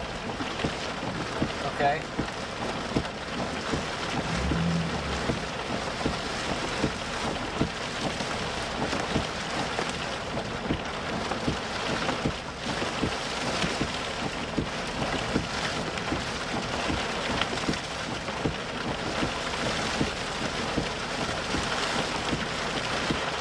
Shows it should be on us already.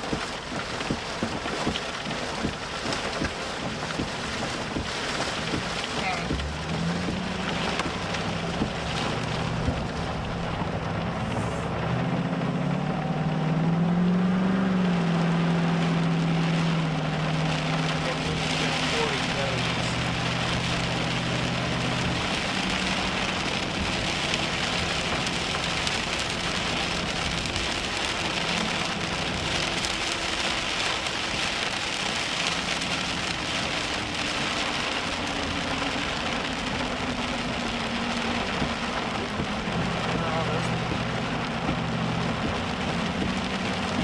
They're all waiting right there. Look at that. Oh, wow.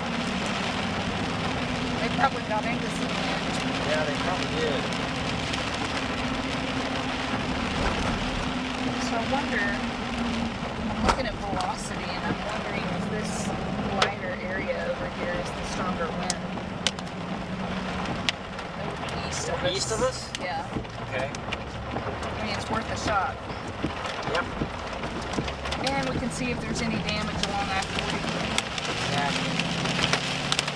Here's the hail. There's the hail. I told you. Here it is.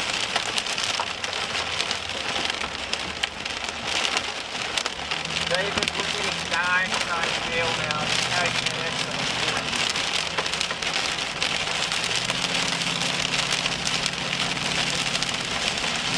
Now, You know, I almost think that the bigger story with all this is the wind, because we've had winds close to 70.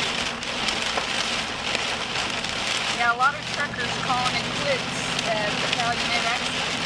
Now, a lot of truckers pulled off the road.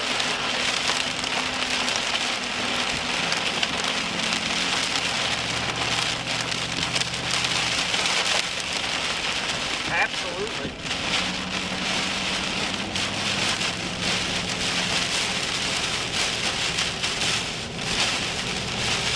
I wouldn't be surprised if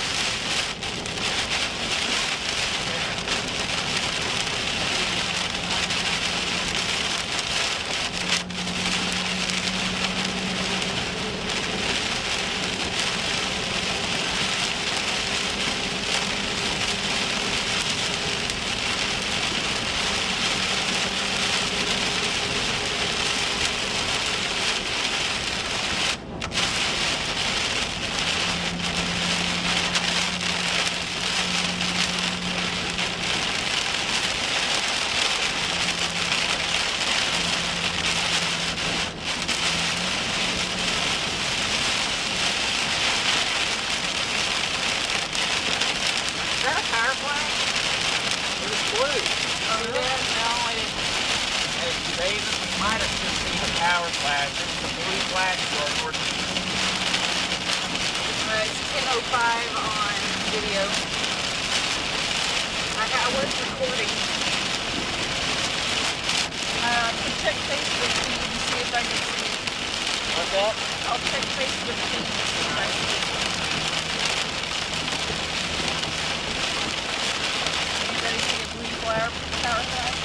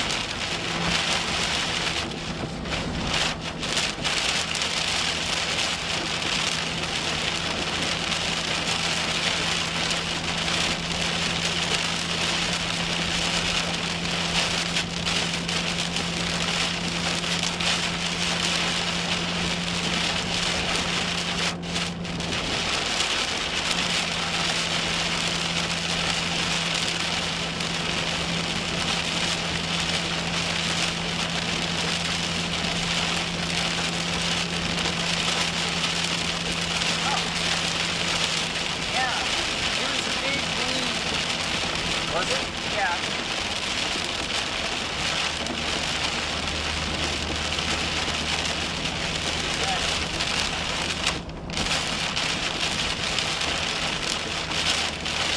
So you're going back and looking at watch then? Yeah. So I'll tell you.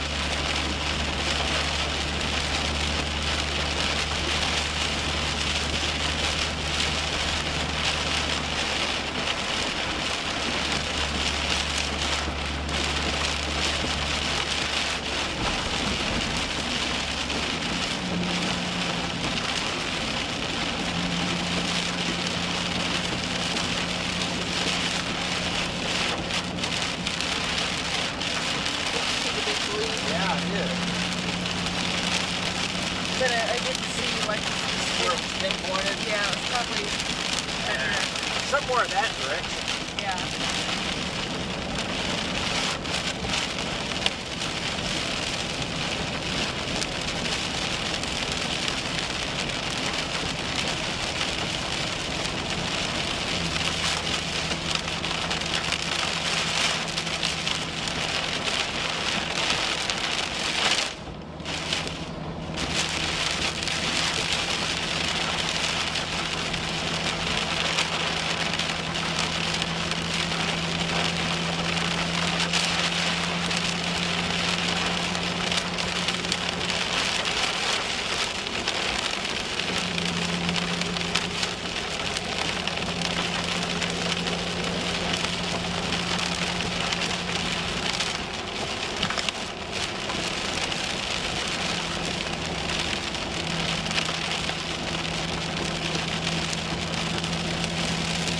Yeah, that feature is south of us now, southwest of us now. But,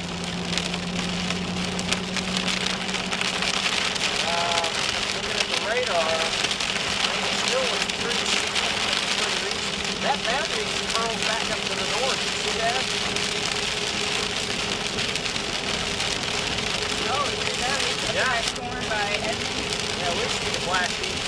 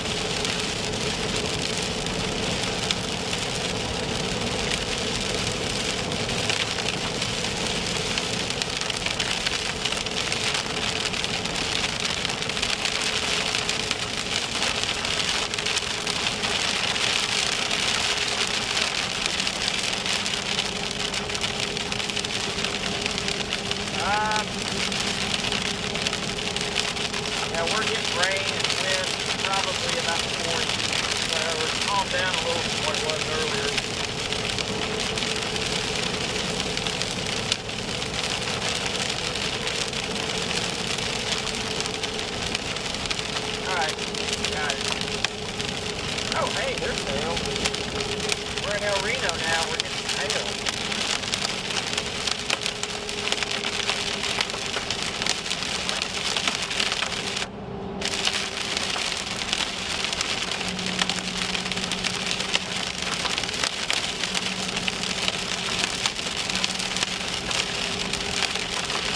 Probably dime, mostly dime.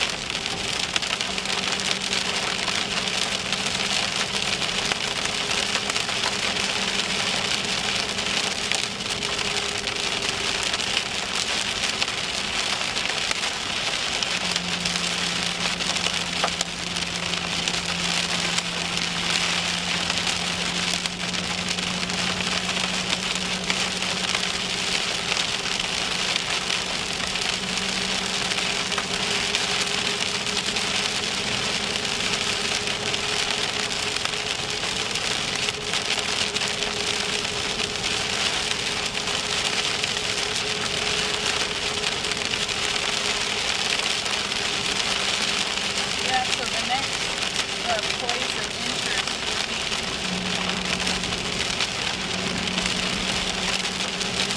is where that gut's gonna go.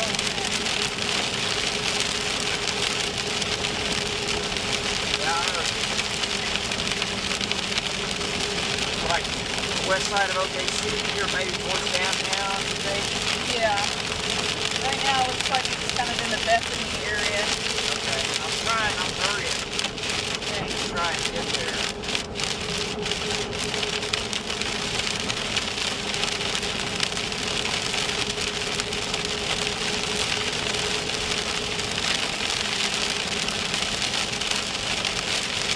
That wind up there. What's gonna be? Yeah, that's where it rounds in, right there, and that's where the strongest wind is. Alright, shoot for it. See if I can figure out Tell me where that is. Where is that? What's the 40? Hold on, baby, coming to it. 60 miles an hour. Coming to it.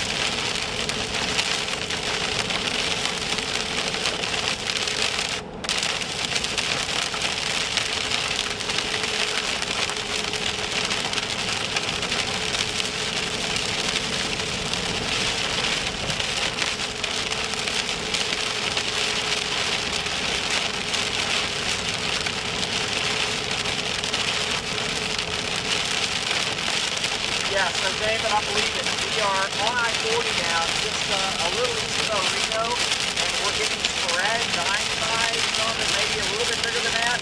About 15 minutes ago, we had a gust close to 70 miles an hour southwest of Calumet, David.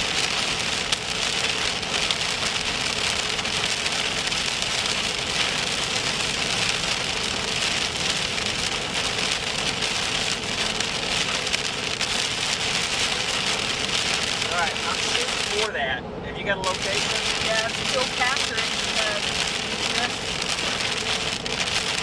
Still capturing?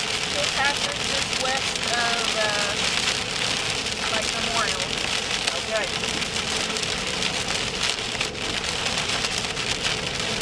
Or Penn, you know what I mean? Up Yeah, there. yeah.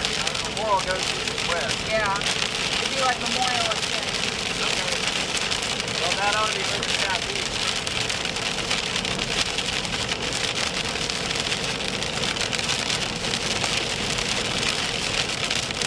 Yeah, I'm showing 60. Okay. That's significant. You know, alright, everybody listening to us right now, that area Amy's talking about up there, that's for real. We're showing on the radar 60.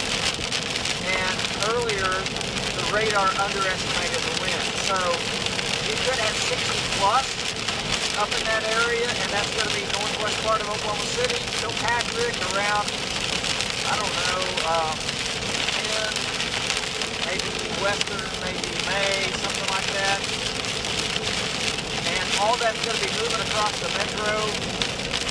Yeah, that area is going to move across the village and into hills in the next few minutes. Yeah, so get ready for some wind up there.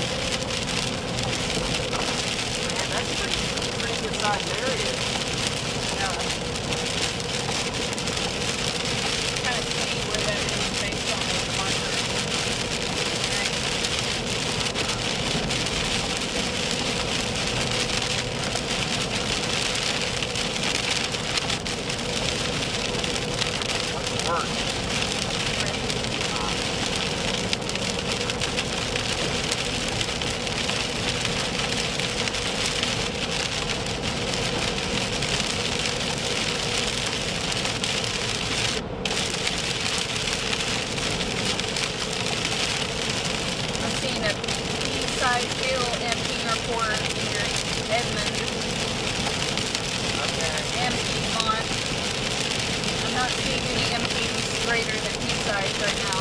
Okay.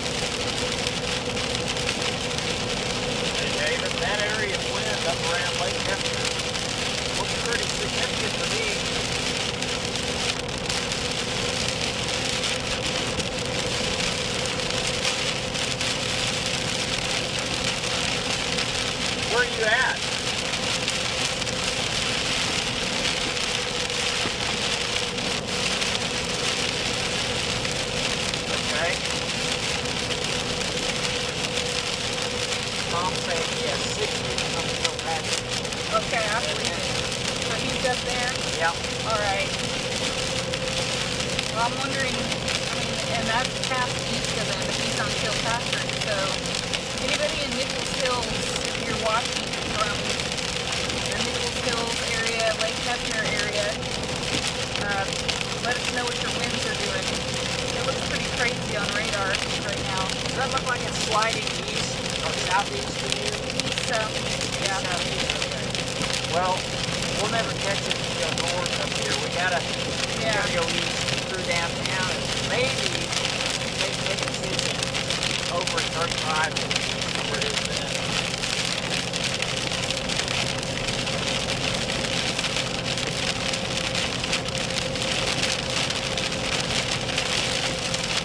So someone mentioned, they said, why is it so crazy by Northwest Expressway? Okay. So that would be, it's not a tornado threat. It's got that area where the governor kind of wraps in. We're seeing 60 plus mile per hour winds indicated on velocity on radar. So anybody that lives up in that area, let us know what your winds are doing.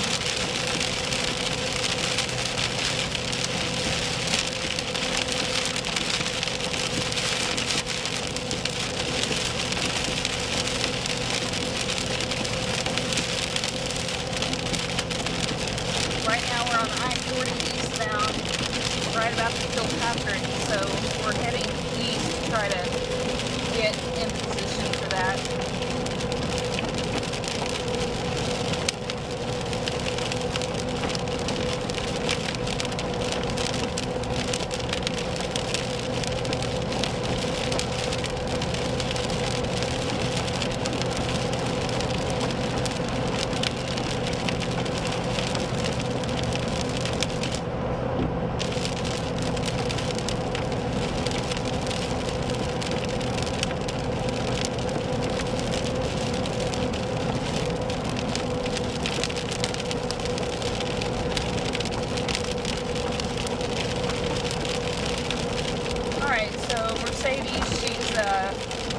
Kind of giving us a report around the Northwest Expressway area. She's talking about how things are really blowing around, really windy.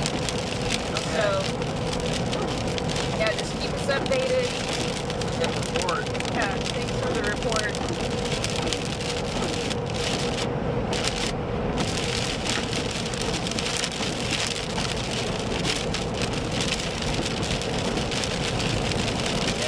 Make it all the way over to I-35.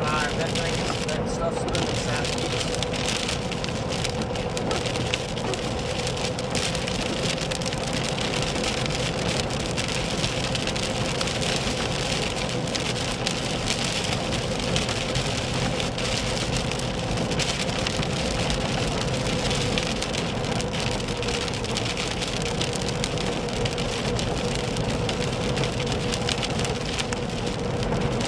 Edge of that's going to hit 35 before we get there, obviously. Yeah, that whole area, there's a, kind of a broader area, maybe not quite as strong as it was, but... Hey, David. We're going to try to get ahead of that somewhere around I-35 and 40.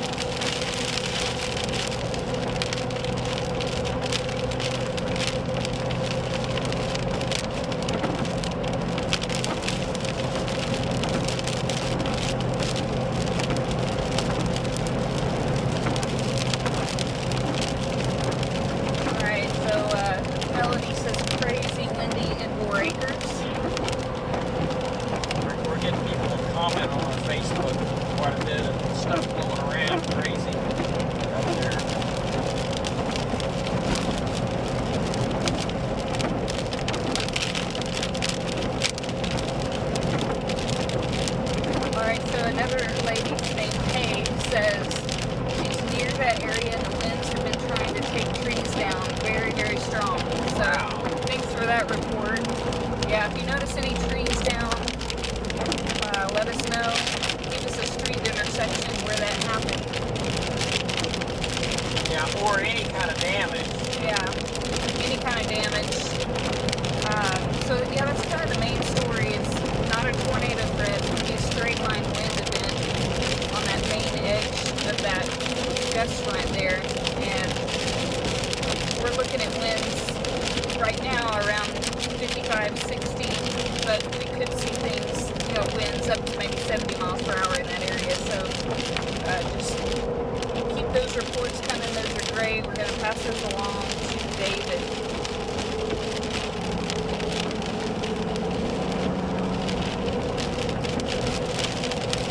Looks like we're going to try to intercept that wind about I-35 and I-40, maybe a little north of that area.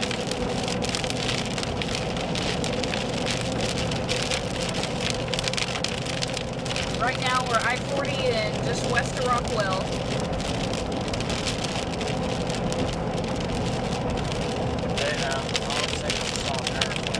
Power flash, okay. So could see some power flashes, already reports now of power flashes across the metro. And again, this is a straight line winds associated with this gust front. We're watching velocity. Nothing rotational, just kind of a broad area of really strong wind. And that area has really grown.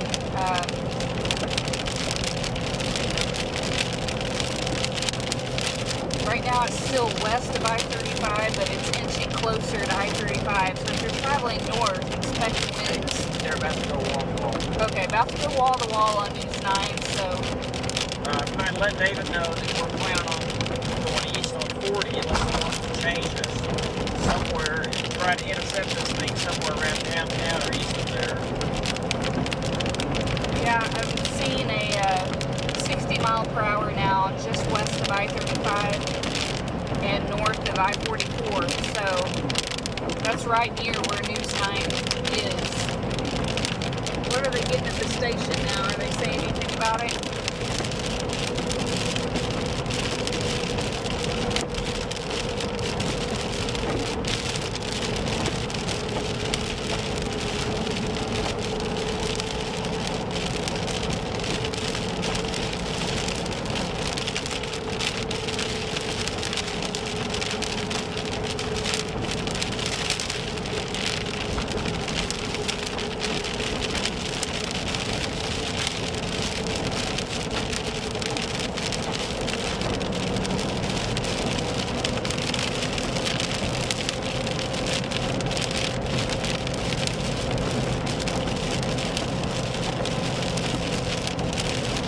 Oh wow, we got really strong winds near Nichols Hills right now.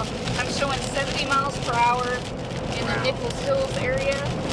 That's just going to be north of us, Val. We might want to think about taking 44 north. I don't know. How about 235 maybe? Yeah, 235. That's what, yeah. Let's take 235 north.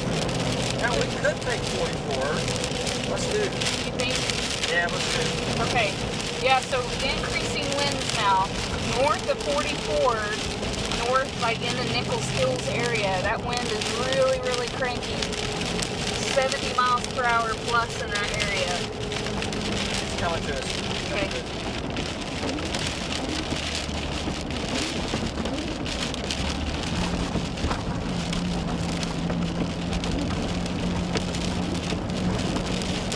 Watch for power flashes across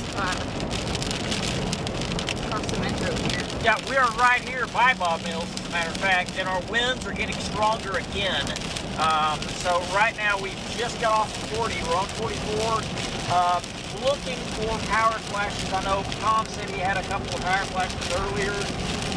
Right now our winds are about probably 45, David, but I think they're getting stronger the further we go. Back to you. All right, well, we'll take 45 over 65 any day, but we do have winds again approaching 50 to 60 miles per hour. Right here at News 9, we're about 50 to 55 currently. Okay, let's go to Jeremy Carm, and Jeremy on the southern end of this line, moving off to the east. Jeremy, go ahead, give us an update. Yeah, David, I'm down going east on 40, and you can see the wind is definitely picking up, and the rain is starting to fall, and we're going to keep up with this and report back to you.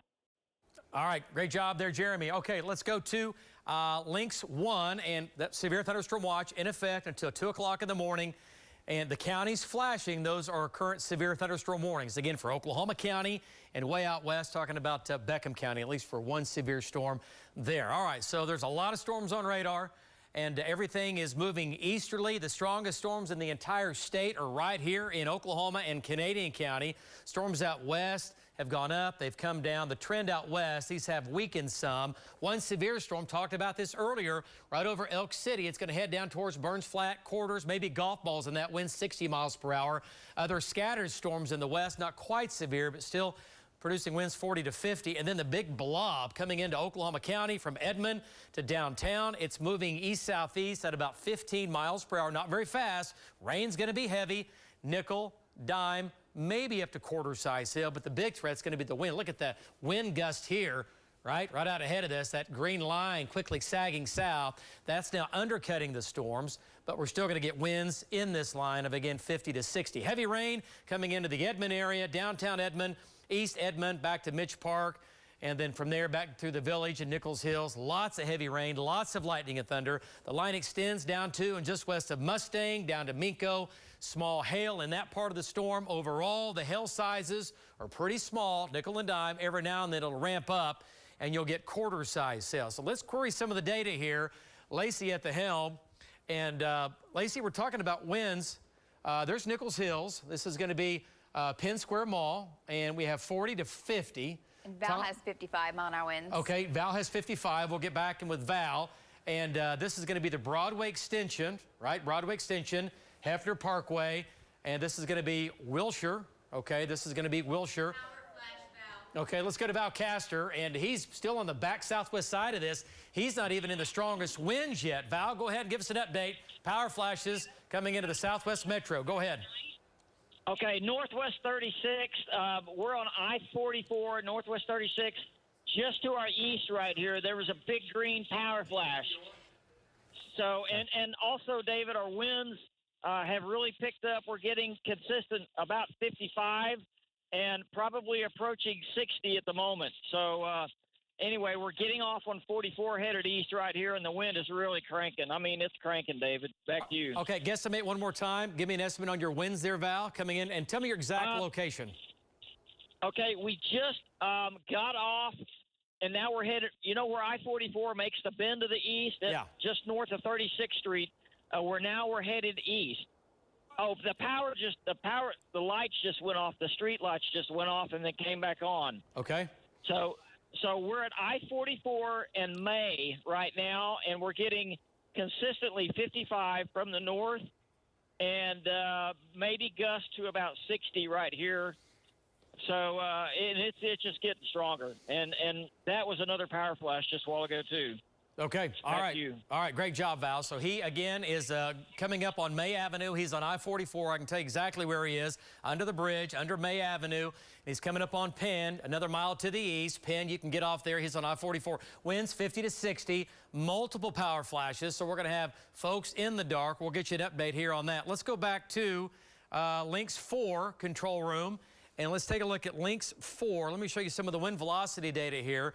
And we're looking at different radars, our own radar. We're looking at the data, and we're looking at winds 50 to 60 miles per hour, scooting across the Oklahoma City area. So there's Chesapeake. This is going to be the Broadway extension, okay? I-35 is over here. The wind field, where you see the winds in the green going to the light blue, you're looking at winds of 60, basically 55 to 60 to maybe as high as about 65 miles per hour. So we're talking about there's Southern Nazarene University, SNU, there's Bethany. The wind field in the green is running from, let's say, Northwest 10th across I-44 up to Highway 66, up to Penn Square Mall, to Chesapeake, I almost said Chickasha, and then from there down to the Capitol, and then back down to downtown Oklahoma City. So let's lapse this, Lacey. Let's see what the wind field's actually doing here. And you can see it just kind of oozing off to the east-southeast. So it's moving east-southeast now towards, again, right over downtown, and then from there it's going to make its way into the South Metro, over the fairgrounds, and over downtown Oklahoma City. And then from there it's going to keep heading down towards Valley Brook and Dill City and Tinker Air Force Base. So again, the wind is pushing again to the southeast, at least the strongest winds are. So let's zoom back in here again. And hey guys, let's get Jeremy southbound on I-35. Let's get him southbound on I-35. And I don't want him going too far north and east because the wind field really is right in here. So here's the fairgrounds. All right, so strongest winds are now to the west, north, now coming into the fairgrounds from the west and northwest. Okay, so some of the data in here, 60, 61, 62, 61 mile per hour. So yeah, you're going to get power outages, you're going to get power bumps. Not a tornado threat. I know you can hear the wind. It's loud. It's roaring outside. And remember, this is a, we'll say 1 to 2 to 3 mile, 5 mile, 6 mile length this way, 3 to 4 mile this way of wind field of the light blue. That's winds 50 to 60, sliding to the southeast. At the same time, you have a big area of light green around that where the winds are still 40 to 50. So it's a pretty large area of damaging winds. Okay, let's go back out in the field. Let's go back to Val. Let's get an update from Val and bring him back in here. Val, give us an update on the wind. By the way, Val, the wind field is sagging southeast, so it's going to be pulling away from you. So when you get to I-35, you need to make a right and start heading down I-35 because the wind field is pushing off to the southeast. Go ahead. Okay, so we just had, at first I thought it was hail that hit the truck, but it was something when there's no hail here. So we had a piece of debris hit the truck. I don't even know what it was. We didn't see it coming. But there's a lot of stuff and debris blowing around in the wind out here. Also, we've had 2 or 3 power flashes that we have seen in this wind. So crazy stuff going on out here.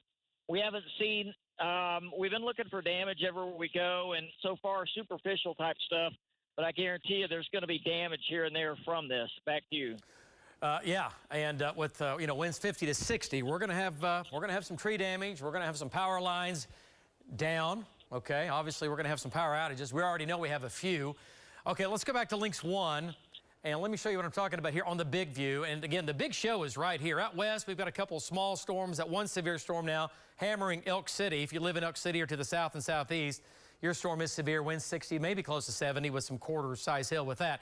And then in between, it's just garden variety showers and storms right now. These have all kind of weakened just a bit. The big show is right over Oklahoma County, down through, coming into Cleveland County, down through Moore, Norman eventually, and now coming in on Tuttle. And this big glob is pushing now a little more east-southeast than what it was. It was moving kind of easterly there for quite a while. Now it's moving off to the southeast. Also want to point out new storms going up near Shawnee and Tecumseh.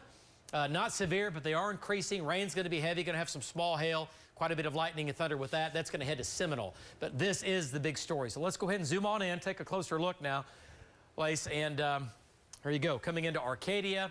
And everybody obviously is going to get the rain, and everyone's going to get the heavy rain as it scoots across the entire Oklahoma City area here from the west and from the northwest. So on this leading edge, okay, that's where your winds are going to start to pick up, 40 to 50. They're going to ramp up to about 60, and then they're going to start to decrease to around 50 and then back to the 40 mile per hour range. So it's not going to blow for an hour and a half, 50 to 60 mile per hour winds, but heavy rain, Edmond, Arcadia, down through downtown Oklahoma City right here. Now coming in on Midwest City, Tinker Air Force Base, the outlet shops, Mustang. No tornado threat, nothing like that going on. Just severe storms, yes, producing, again, damaging winds. Hail sizes are really pretty small, nickel and dime size hail. You might get a quarter size hailstone in there, but a lot of this is really just small hail, and the biggest threat is going to be the damaging wind. Okay, let's go back to velocity data here, and let's take a look at this area, except do it in velocity data. And the brighter the green, the stronger the winds, and when you start to leave the green and get into the blue and the light blue and the darker blue, that's when the winds are really getting into that mid to upper 50 to the low 60 mile per hour range. OG&E, about 350 customers without power in Oklahoma County, okay, and in Cleveland, or Canadian County, about 50. So that's increasing, I'm sure. It's just the latest update. Yeah, okay, so about 300, so that's about 1,000 people without power, okay? But you can see the brighter here, but also want to point out, see how it ramped up? It was blue, winds kind of peaked out right when Tom was coming south on the Kilpatrick Turnpike and the Hefter Parkway. And then as the wind field is pressing to the southeast, we're starting to lose a lot of those light blue in color, if you will, or the strongest wind speeds. Okay, so let's query some of this. And to take a look at some of these wind speeds in here, we can stop the lapse and maybe zoom on into these two little one little pocket just west of the Dell plant in Lillard Park. All right, that's going to be 55 to 60. All right, 57 and 62. And what's our north-south here? What do we have here? North-south. I-35, okay. is that where you're at? Yeah, there's I-35. Yeah. Okay, there's Jeremy coming in from the east. This is going to be eastern, right? I-35 eastern. There's Bryant. All right, so again, this is going to be I-40. It's going to be the Southeast Metro. Here's the Boathouse District. And again, these are headed to the southeast down towards Valley Brook and eventually southeast Oklahoma City, obviously. Here's Midwest City and Dell City. You're getting in on the wind. The heaviest or strongest winds are going to be just to your west as it slides down to the southeast. So pretty good wind, all right? Wind 60, that'll get your attention. You'll get some power outages with that. But this wind field of the 55 to 65 mile per hour is smaller than what it was about 20 minutes ago. So that has decreased. The intensity has come down. We're starting to see more of the 40 to 50 mile per hour range to 55 versus the 65 to 66. Lots of bad things start to happen once you get to the 65 to 70 to 75. That's kind of a game changer. Big branches begin to come down and fall, many more power outages, but right now we're in the 55 to the 61, 62 mile per hour range. Hail sizes, yeah, nickel and dime, not much in the way of large hail, not much in the way with large hail with that. All right, we have Tom on the northern side, Jeremy down here. Let's go to Tom Pastrano here, control room. Let's bring Tom in and get an update. Tom, severe storm continues to push to the southeast. The wind field has slightly weakened in the last 10 to 15 minutes, but still some wind out there, quite a bit of heavy rain and a lot of lightning and thunder. Go ahead, Tom. Yeah, David, so I haven't seen any 50 to 60 mile an hour winds in a few minutes, probably about 15 minutes. I have come across quite a few lights that are just blinking. I haven't seen any power outages yet, so that's a good thing. Quite a bit of some small hail up to dime size and lots of heavy rain right now. Back to you. Okay, there we go. So where Tom is, now he's on the northern side of the strongest winds, but he's talking about winds, 40, 45. So a far cry from what he had about 20, 25 minutes ago. Let's go back to Val Castor, get an update from Val as he makes his way through the city. And then again, Val, winds still blowing, not as intense as what it was. The winds have come down. Give us an estimate on your winds and again, your direction. What's your exact location there, Val? Give me a GPS location. Okay, so we just came off of I-235 and headed east on I-40. So we're just kind of east of the downtown area here, headed east. And kind of what Tom was saying, the winds have decreased some. I mean, we're still getting gusts to about 50 right here. 45 is what it to be going right now. We saw several power flashes earlier, and then we had some debris that was blowing around, got hit with a loud piece of debris that hit the truck. But it has come down somewhat since then, David. That's great news for sure. And it's not a chase until Val gets debris hitting his vehicle. So another successful night out, I guess, right? Okay, let's go back to Jeremy Carter. And Jeremy now is in the southeast metro. And Jeremy, that wind field is going to be just to your, well, pretty much close to you, but also down to your south. It looks like by just a few miles here. Give us an update on your wind as you make your way coming in now to Midwest City. Yeah, I can say that it's definitely let up for the time being. Nothing like it was, but it's just raining, probably about 35, maybe 45 mile an hour gusts is what I got here. Back to you. Okay. Well, we'll take that. We'll take 35 to 40 to 45 versus 65 to 70. Okay, let's go back to Lynx 4 and notice how the wind field here, when we're looking at the blue, continues to decrease. It continues to diminish. We're seeing more greens in here showing up, which is less wind, right? So the stronger the wind, the brighter the green, and then from the green it jumps into the blue, right, as you get away from here, right? So we go from the green into the blue, and that's going to be a stronger and increasing wind. And right now, winds are still in the 50, 55, gusts to 60 mile per hour range, running from Valley Brook, South Oklahoma City, back to Will Rogers. That's going into Cleveland County. Let's drop a little farther south if we can, Lace. Let's talk about Cleveland County down here. And this whole area is sliding down to Moore. Norman, you folks in Moore, there's not a risk of a tornado at all. It's going to be a wind event, and it's happening right now. The winds are picking up from the west and northwest, 40 to 50. You might have a couple of gusts, 55, maybe 60 down in Moore. And then from there over to Lake Stanley Draper, right? Back to Tinker Air Force Base. That strongest wind field, if you will, is going to be sliding. You see the movement here, sliding southeast. And then where does it go from there? It leaves Moore. It goes into Norman. All right, goes into Norman as it comes in from the north. All right, so the wind is not as strong as what it was. We don't have the 65 to 70. Right now we're looking at 50 to 60, South Metro, Central and South Metro, now moving into Cleveland County, moving into Moore, and eventually coming into Norman. All right, that'll be coming in from the north. All right, but boy, the rain, the only good thing about this is that the rain is good. Lace, what are the winds here when you zoomed in on that? Let's take a look at that one more time. Where are you pointing? Oh, back here towards Will Rogers. Okay. And a couple little pockets in here. It's been close to 60 still. Close to 60, yeah. 58, 57. Okay, that's going to be near Will Rogers, around the airport. Might have some delays. And then from there, that's going to make its way down towards Moore. All right, so this is all sliding down to the south. You can see the movement here. See the green? All right, and this has actually increased now. This has kind of come up a little bit.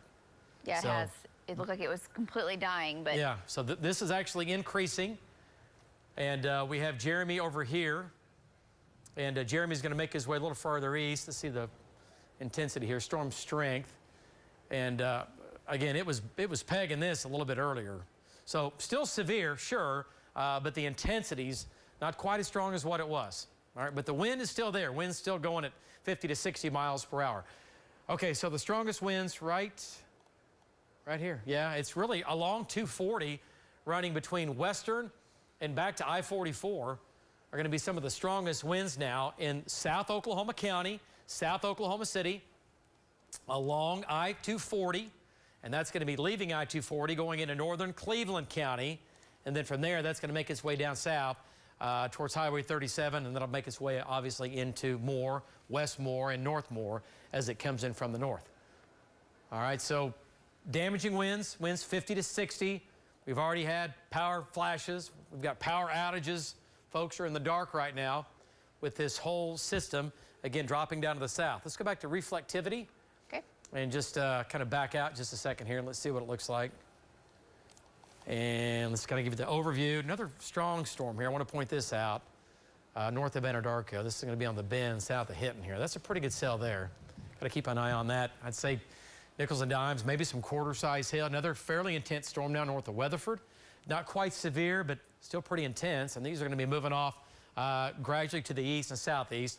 But this is the main line now running from Luther across the heart of Oklahoma City back down to Tuttle, right? It's going to Blanchard, going to Norman, going to Pink, going to Shawnee and Tecumseh. Additional new storms developing over Shawnee and Tecumseh. Yeah, look at the one to south of the boundary still on 177. Yeah, little cyclonic shear developing on that, a little bit of area of spin, right? And you can see what's the beginning of a little bit of a hook right here, right? Just south of Tecumseh.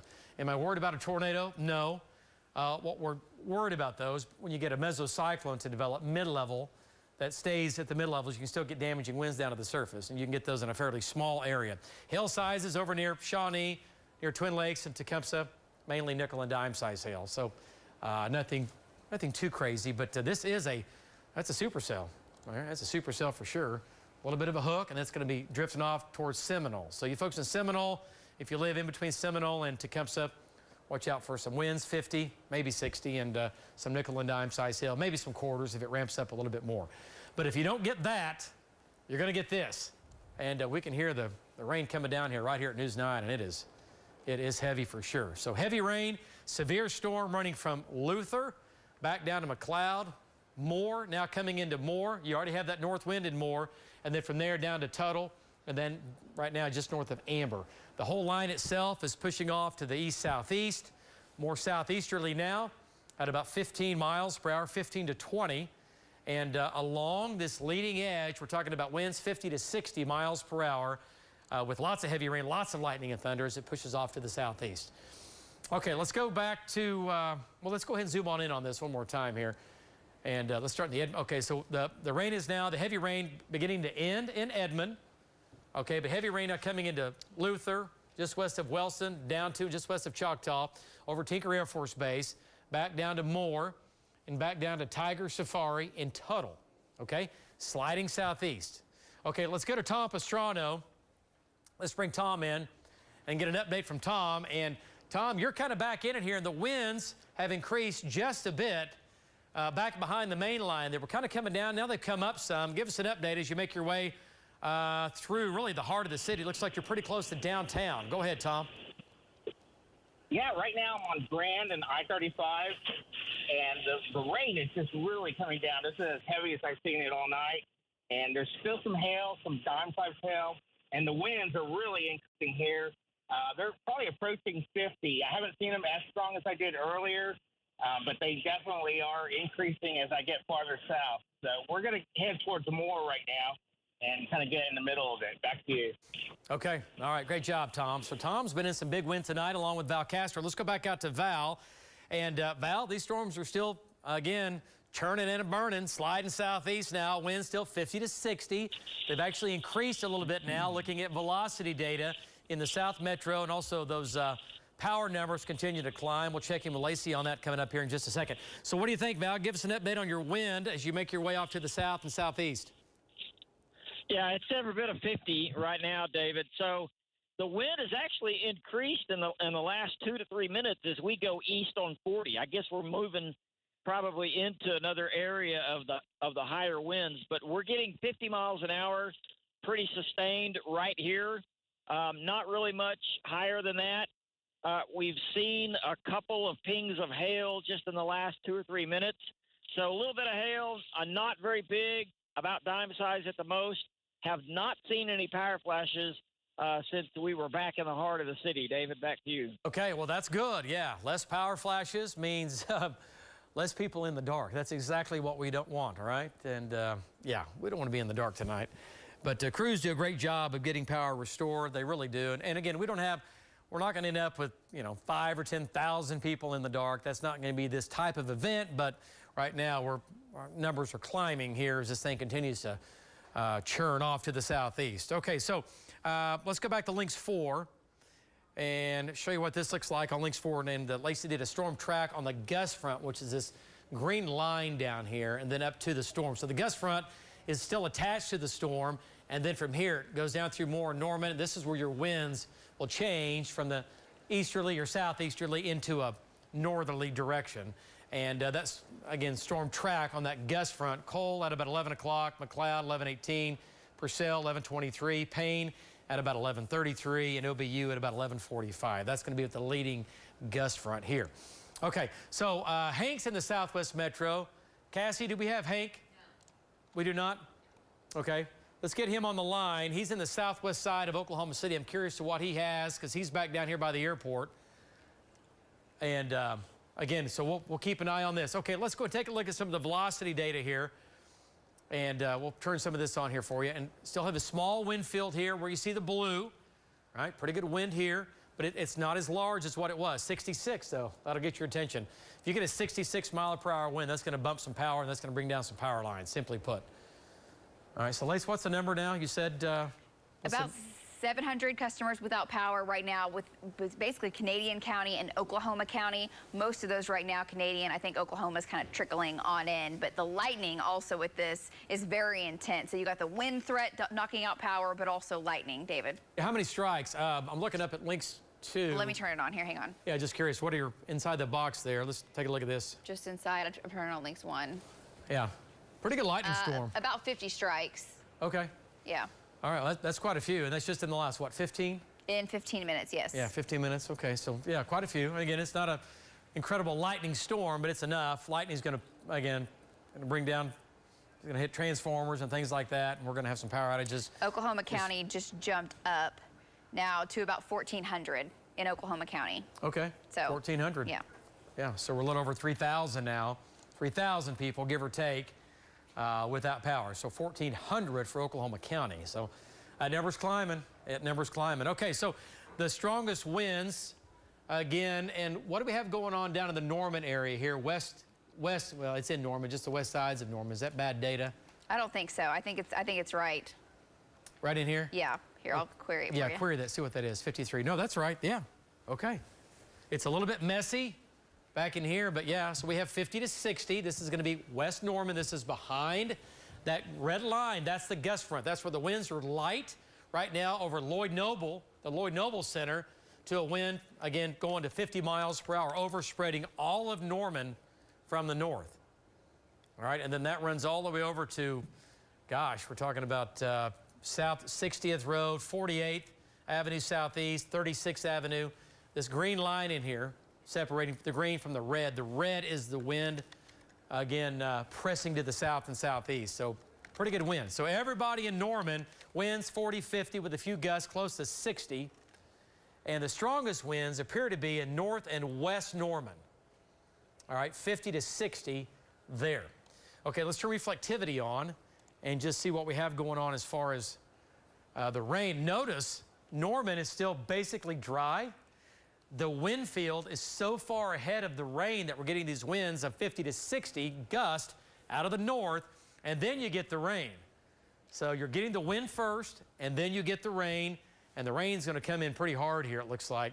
But the heavy rain over Tuttle, Tiger Safari, back to Will Rogers, back to Moore, Lake Stanley Draper, and then let's go ahead and climb the line here. Okay, and while you're looking at that, Yeah, I was just looking back in Beckham County, and Elk City had a wind gust to 59, so closing in on 60 at the western side of the state as well. Yeah, and that was that storm out there. We can Yes. jump back into that here in just a second. We were talking about it all evening. That's a storm that came out of Cheyenne that was moving southeast. We were saying Elk City, it's going to Elk City, and well, it did. All right, so heavy rain, it's beginning to really become light rain in Edmond. It's over for you. Now, you're still going to see more rain overnight tonight, some scattered showers, but the severe weather threat now is over for the Edmond area for the most part, and it's going to be along this leading edge that continues to push off to the southeast. So severe storm once again coming into and moving through Moore down to Norman. Even though you don't have the storms in Norman yet, you have the wind out of the north at 50 to 60.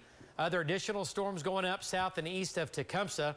There is a hook developing. Look how it's become flip back on itself. Yep. It's pretty cool. It's definitely turning. Definitely turning.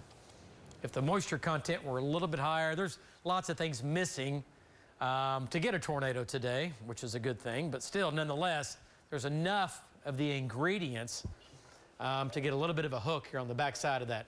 Heavy rain over Twin Lakes, back to Tinker. Okay, so Val is in southeast Oklahoma City. Let's go to Jeremy. And Jeremy's on the northern side of Lake Stanley Draper here. And Jeremy, you're kind of in the thick of it. Give us an update. I know the wind is coming. Give us an update on your wind gust right now. Go ahead. Yeah, David, I still want to say that the wind's doing better than 45 at times over here. I came down the east side of Tinker on Douglas, and we was really dealing with some pretty stiff wind. But now it's just a lot of heavy rain and about 30 to 45 mile an hour gusts right here where I'm at. Back to you. Jeremy, do you have any hail there? Have you had any hail at all in the last 5 minutes? Yes, I do. I've been getting, I can hear it pecking on my windshield. Not large, but at times it gets fairly intense. You can see what we got here is literally just a blinding rain. Back to you. Okay. All right. Good job. Great job there, Jeremy. Let's come back to it here, and let's go back to Links 4. And here's what I'm talking about with the main line. Again, now heavy rain coming into Lake Stanley Draper, back to the Orr family farm. That's now coming into Norman. The storm is, but the wind is already blowing in Norman, right? Back to Tiger Safari. So the heaviest, strongest storms now leaving the village, still raining in the village, still raining out in Yukon, but the severe storms are running from pretty much Luther back down to Tinker Air Force Base, back down to Moore and Norman, and then from there to Tiger Safari, then all the way back down towards and just south of Minko. All right, not a tornado threat. I want to keep saying that, just so everybody knows. It's a wind threat with a little bit of hail from time to time. Nickel and dime size hail. You might have some quarter size hail mixed in. Let's talk about this severe storm out here. We had a gust of just right at 60 in Elk City with that on the south sides of town, and that's going to Burns Flat and Dill City. That's a pretty intense core for sure. And wow, that's a pretty intense core. Now let's go to hail sizes here. Here you go. Yeah, nickel and dime, quarter, golf ball. I believe it too. So if you live in Dill City, to the west of Dill City, 152, or just south of Dill City, prepare for damaging hail. Nickel, dime, quarter, up to golf ball. The hail core, the largest hail, is going to miss Burns Flat. It's going to go into Dill City and then south of Dill City down towards Rocky. You folks in Rocky, get ready for this coming in from the northwest. Okay, not a tornado threat. It's going to be a wind and hail threat. Wind 60 to maybe 65, maybe 70. Maybe 70 out of that. That's still south of the boundary, on the boundary. Instability is a little bit higher down here. Really, David, this area Yeah, go ahead. This area is actually meeting with the outflow boundary from the storms in central Oklahoma, and where those two areas are meeting on velocity, it's actually trying to spin a little bit. Dew points aren't high enough, but check out near Sentinel on radar. Yeah, let's see here. See that? Yeah, there's a little bit of some reek shear there. Wow. So it's where those two boundaries are kind of interacting, where the storm is interacting with the boundary from our storm here. Yeah. So the front actually makes its way back down in here, but then we have the outflow boundary. We're talking about this right here. Yes. It came here from the northeast, and now it's, yeah, that's pretty cool. Yeah. Yeah, because it's a southeast wind at Hobart. So do you see that? Yeah, tucked back here in the wedge. Yeah. Yeah, right here, right between the Hobart and Lone Wolf. There you can see There them. you go. See these two boundaries? There's one, and there's one, and right where these are colliding, we're getting a little bit of some spin there going on. So it's all about low-level shear. It always is. So not going to produce, but not going to produce a tornado. It's going to produce some damaging wind and hail, but that storm is spinning a little bit. All right, we'll keep an eye on that. Heavy rain now, at least west of Corn. Nice rain there. Real heavy rain here. Going to have some big hail, though. Again, Dill City, back to Rocky. It's coming in from the northwest. Quarters up to golf ball size hail is going to try to come into Rocky. If you live in, west, or just north of Rocky, prepare for damaging hail. Okay, let's check out real quick here. Cheyenne, nothing to worry about, nothing for you. Some heavy rain there. And Weatherford storm, nothing crazy. That's actually weakened a little bit. And then you get back to the big stuff here, running from Blanchard through Norman, and then all of eastern and southern sides of Oklahoma City, down to Shawnee and Tecumseh. Lots of storms in here, but the largest storm, again, running from Luther back down to Lake Thunderbird, and then from there over to Norman. All right, let's go back to Val and Amy, and they're kind of on the eastern side of the system itself. They're on the far eastern flank. Val, what do you think? Winds in there, 50, maybe 60? Go ahead. Yeah, so, David, I think we outran the strongest winds. I think they were behind us, but just down the road back to the west, on I-40, we had a lot of trash and debris and stuff suddenly start blowing across the road. And the winds at that point were probably 50 to 55 in the height of it. Where we're at right now, it's kind of backed off to maybe 40 or so. I think the strongest stuff is probably just behind us, though. Back to you. Yeah, all right, great job, Val. So Val, again, and Amy, they're on the eastern side of the storm itself, right? They'll keep moving east with it, and they'll slow down, they'll get back in it, they'll bump the wind, and then they'll kind of sample it, and then they'll get back east. You got to keep up with this thing. You get too far behind it, and you just can't drive in it forever. You know, you'll never catch up to the leading strongest winds. So they kind of slow down, they get in it, they tap the winds. Okay, so let's go back. Look at the hail sizes now. Let's go back to Lynx 4. And this Tinker storm is really coming up here. And hey, Cassie, go ahead and tell Val that this thing is really, the Vills have come up. This thing is ramping up. It's just behind him. He's got some pretty good size hail now. It just went right over Tinker. And I just want him to be aware of that. It's not crazy. It's not going to be tennis balls or anything, but pretty good little hail core in behind him here. All right, so there's your big view. Let's back out just a second here. Kind of give you the oversight. Nothing in Guthrie. Edmond, light rain for you. That will continue. But the only severe storms we have left over are the main line running from Norman over to the southeast sides of Oklahoma City. A couple of thunderstorms up near Stillwater, moving east, not doing too much. Going to have some lightning and thunder with that, but nothing out of control. Not much in the west. A couple of showers way out here near Cheyenne. One severe storm southeast of Elk City, now coming into Dill City. And again, Rocky. And that storm is severe, and it's a pretty good sized storm. I got to watch that. But the only game in town is going to be this. Let's go to Tom Pastrano. While you're doing that, David, Norman Mesonet had winds to 50. Okay, 50. That's about what we were looking at on Doppler here. Reflectivity velocity data was showing about 50, 55. Let's go back to Tom. And Tom is in the Norman area. And Tom, the rain is just now moving into the north sides of Norman, but the wind has been blowing in Norman for the last 20 minutes or so. What are your winds there as you come into Norman? Go ahead on the north side. Yeah, right now, you know, I came through Moore and actually had some stronger winds in Moore, probably at least 50, maybe 55. As I'm coming into Norman, they're probably more in the range of 45 to 50, and the heavy rain is just starting. I haven't seen any hail here, but earlier, just north of Moore, I did see nickel-sized hail. Back to you. Okay, yeah, so nickel-sized hail, that was just a few minutes ago. That was in the Moore area, and he said he had winds 50, 55 in Moore. not quite as strong down in Norman right now, but we did have an official of 50, 52 on the mesonet in Moore, but velocity data was showing winds 50, 55, so that's about on target. Okay, let's go back to Lynx 4, go back to velocity data, and the big red, can't miss it, the big red bullseye that's sliding southeast towards Purcell. That's where you go from light winds, you hit the red, hit you, it's going to light you up with winds 45, 50, 55. Not talking 100-mile-an-hour wind, but we're talking enough to give you some power outages and some power bumps. We've got 57, 56. I see that now coming into Noble. Norman has come down, so the strongest winds are really pushing south and east of the main area of convection, right? Sliding off to the southeast. So that red line represents, and that's exactly the wind. This is velocity data. That red is, again, we're talking about wind moving away from the radar, moving south down towards Purcell. So winds are still 50 to 60 in this line, and still have winds, 30 to 40 in the Moore area, and lots of heavy rain. That's a good thing about all of this. Lots of heavy rain going on for sure. Did you say you saw confirmation of golf balls?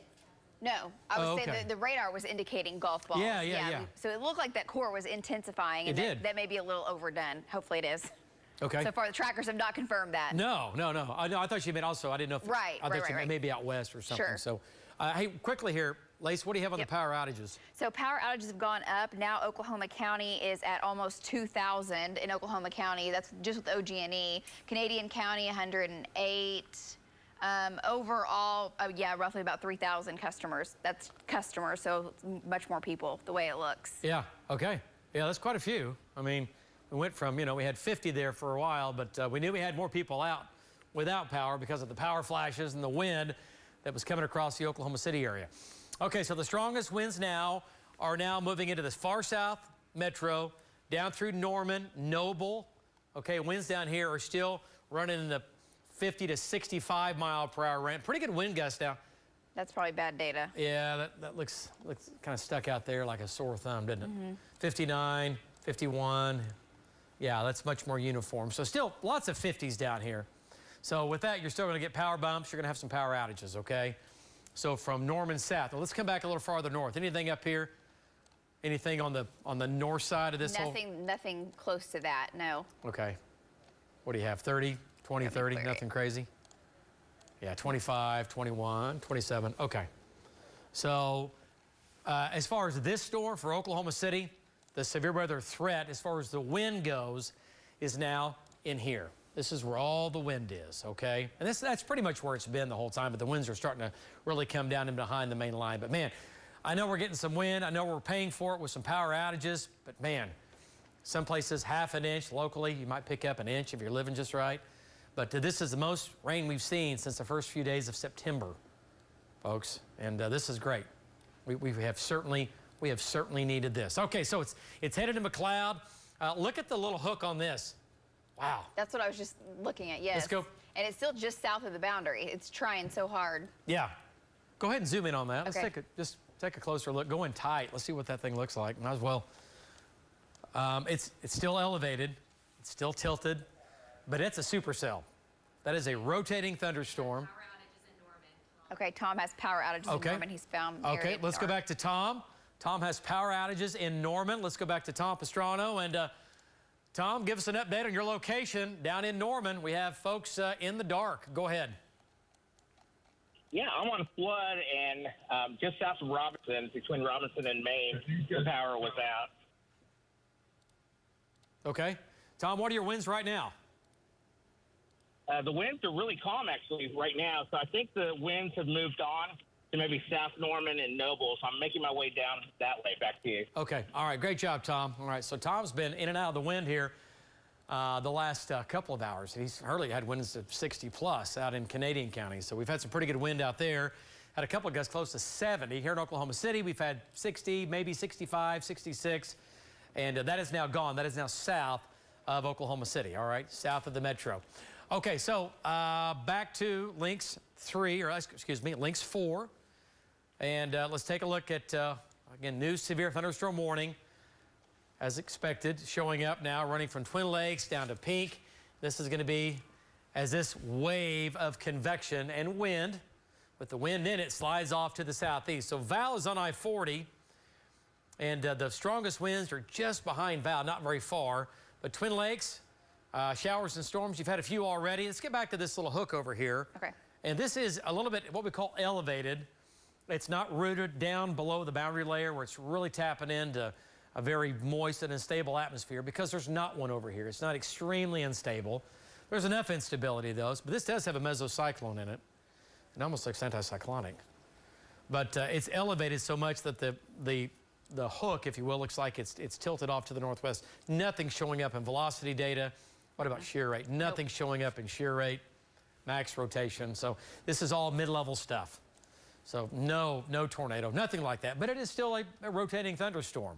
So anytime you get a rotating thunderstorm, you're going to get some wind. All right, so winds in here, 50. You might get a gust close to 60, but it's now on top of Earlsboro. It's going to Seminole. It's moving almost due east. And it's going to go right down Highway 9, and it's going to make its way into Seminole. And it still could see some nickel and dime, maybe some quarter-size hail in that, again, as it makes its way off to the east. But again, that storm is pretty close to being severe. If it were me, I wouldn't leave the car out. I'd be moving the car inside if this is coming your way. Okay, let's go back to Oklahoma City here and kind of show you the big view.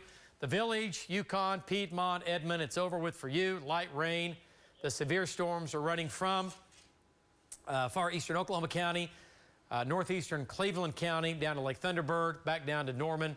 But really, the winds in Norman are not that strong. The strongest winds are down here by Purcell. So between the wind and the storms, there's a disconnect. The strongest winds are down here on this green line, winds 50 to 60 right here, going now into Purcell, going to Lindsay next, going to Pauls Valley after that. Okay, and then you get back up where the storms are, and actually the winds are quite a bit weaker because the gust front has accelerated and undercut, right? The storm's here, the winds have come out from underneath the storm, and now they're accelerating off to the south, kind of leaving the storm in behind. And it is what it is. But boy, that's a big storm out here still. Yes, that is a hail maker for sure. Let's go ahead and back into that here. See what we have. It's pretty good size. And yeah, well, it's for sure going to Rocky. And it's right even over Sentinel. Yeah, even larger than what it was. So Rocky, get ready, Hobart. It's coming.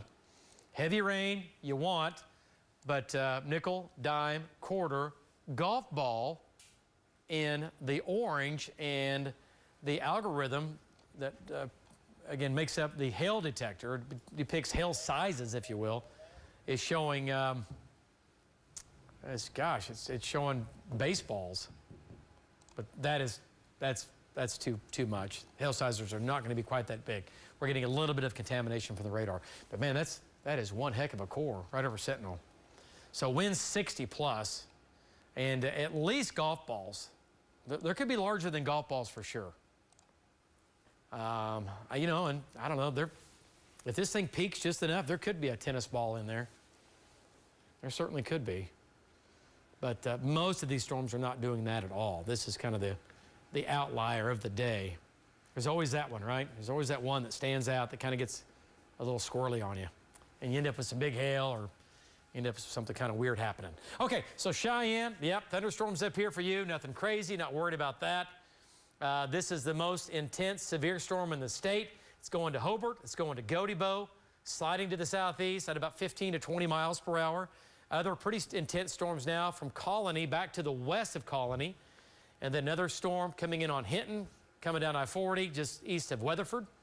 And then other storms going up near Anadarko. And lots of rain. Okay, let's come back to Oklahoma City, and we'll stay with Lynx 4 here. And come back to the metro. And once again, Edmond, Village, Yukon, Piedmont, the rain is beginning to end in Piedmont. But the severe line is right here, Lake Thunderbird, over to Pink, approaching Shawnee. And let's go check in with Tom again. Okay. And get an update from Tom Pastrano, and then we'll come back to radar here. Tom, what are your winds now? Strongest winds showing those well to your south. Give us an update on your wind down in Norman. Also, any more power flashes or any power outages right now around you at all? Doesn't look like it. Yeah, no more power outages, but you can definitely see where the strong winds came through earlier. There's quite a bit of just small debris all around, and I have seen a couple of tree branches. But this heavy rain has caught back up to me, and also the wind. It's not as strong probably as earlier, but it's definitely maybe in the 40s mile-per-hour range. But we're going south towards Noble right now. Back to you. Okay. All right. Yep. There we go. So, Tom, again, headed off to the south.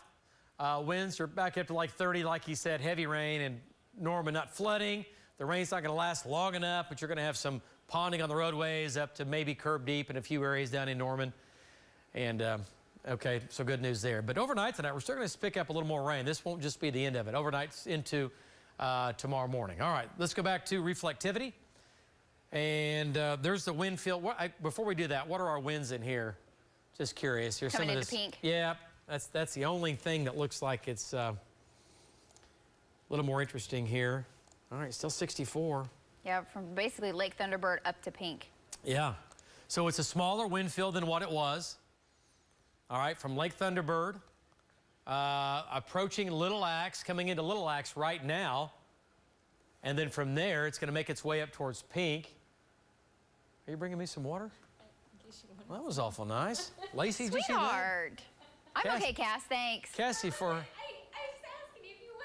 Cassie, for the first time in a decade, brought me something to drink out here. She's back there working hard. Who's bringing you water, Cassie? I got my own. Oh, she's prepared. Yeah. No, I'm good, thank you. You better take it. Made it another decade before she brings you water again. See you in another 10 years. Thanks a lot. You're all over it. Okay, so yeah, the winds in here, the strongest winds are Lake Thunderbird, Little Axe over to Pink, and Twin Lakes. And there's Val. Val's in Twin Lakes.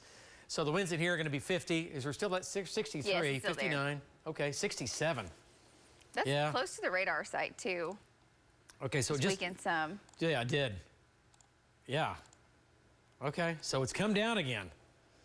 And we're back into the 55 mile per hour range. Big difference between 55 and 67. And then huge difference between that and 67 and 77. The damage really starts to ramp up. And you get over 75 or 80 and you're living in a whole other world, okay? But we have none of that going on. We've got winds 50, up again 50, 55. Little Axe over to Pink, Twin Lakes. Let's go back to Val. And Val has storms to his north, storms to his west. He's kind of on a little bit of an inflow notch.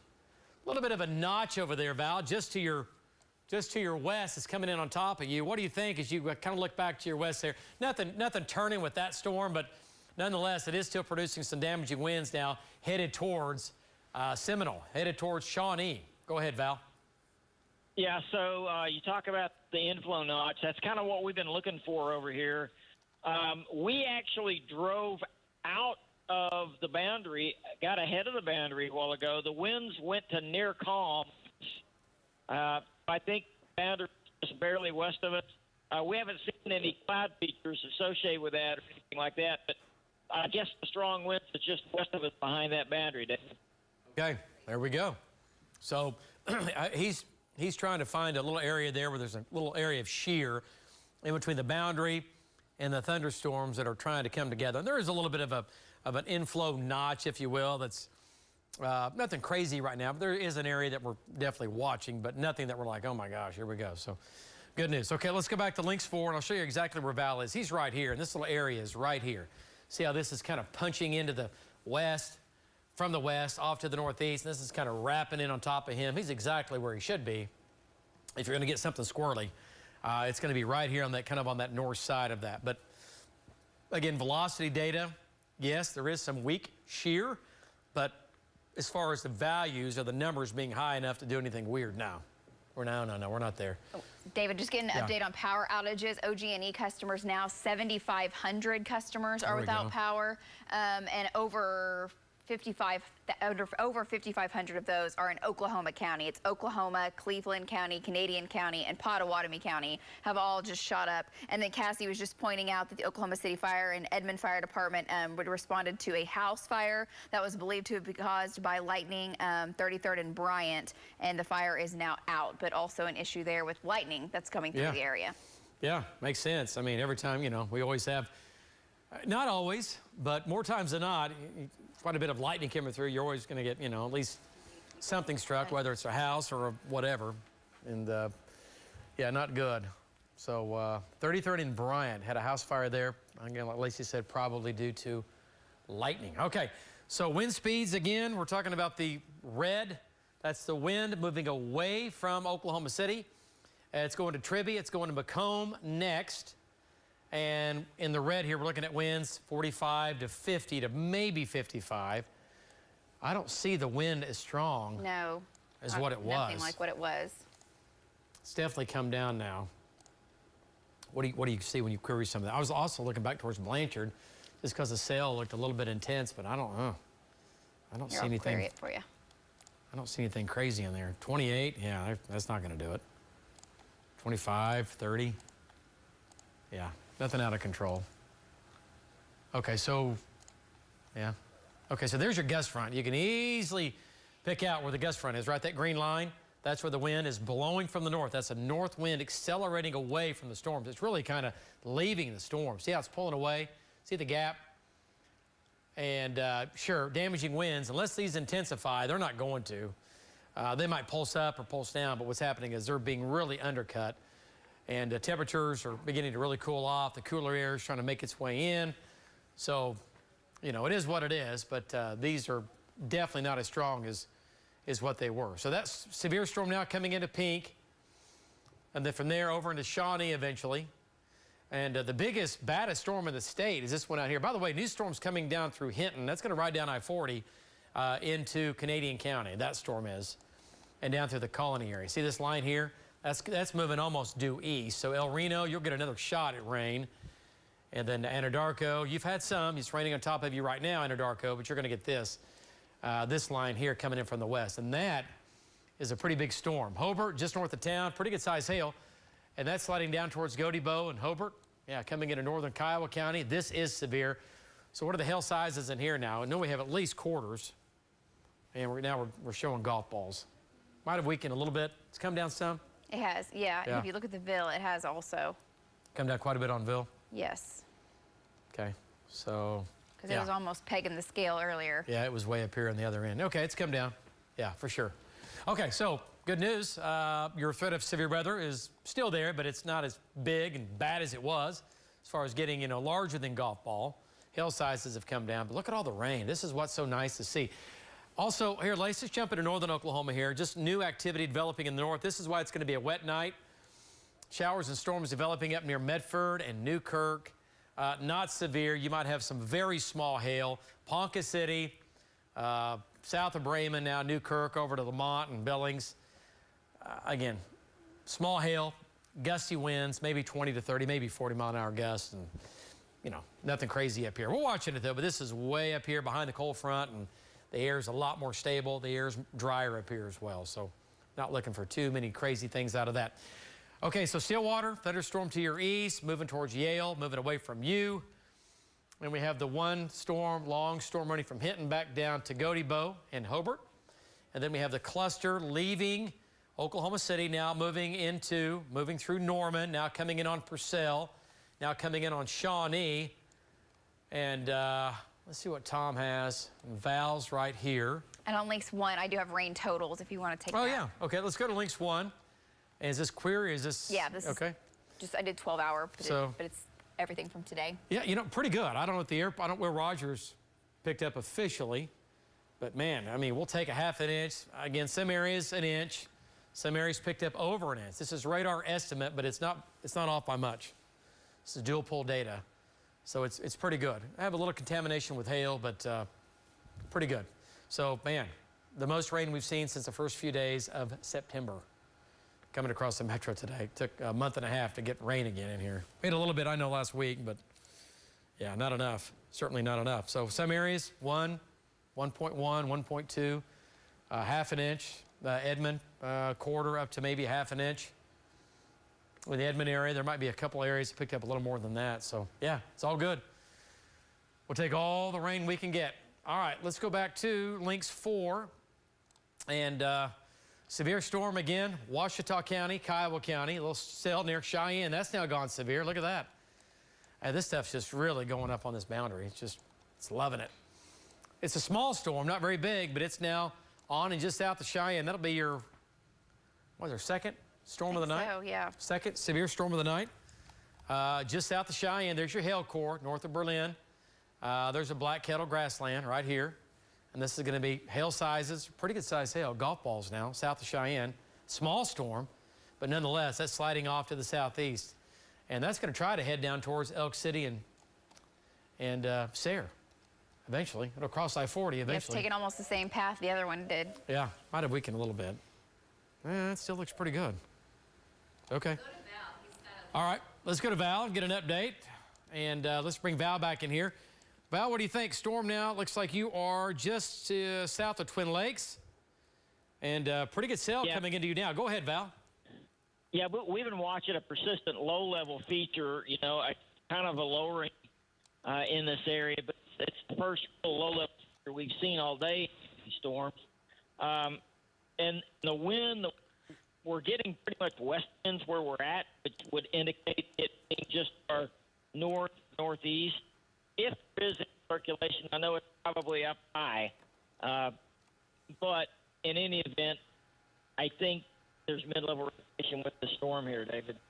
Yeah, I think you're right. There's a little bit with that, and you're with these converging areas, or coming together. So going to be a little bit of some spin going on, and Val's right there. So you can see the lightning there. Lots of lightning and thunder. If anything crazy happens, well, he'll be there right there looking right at it.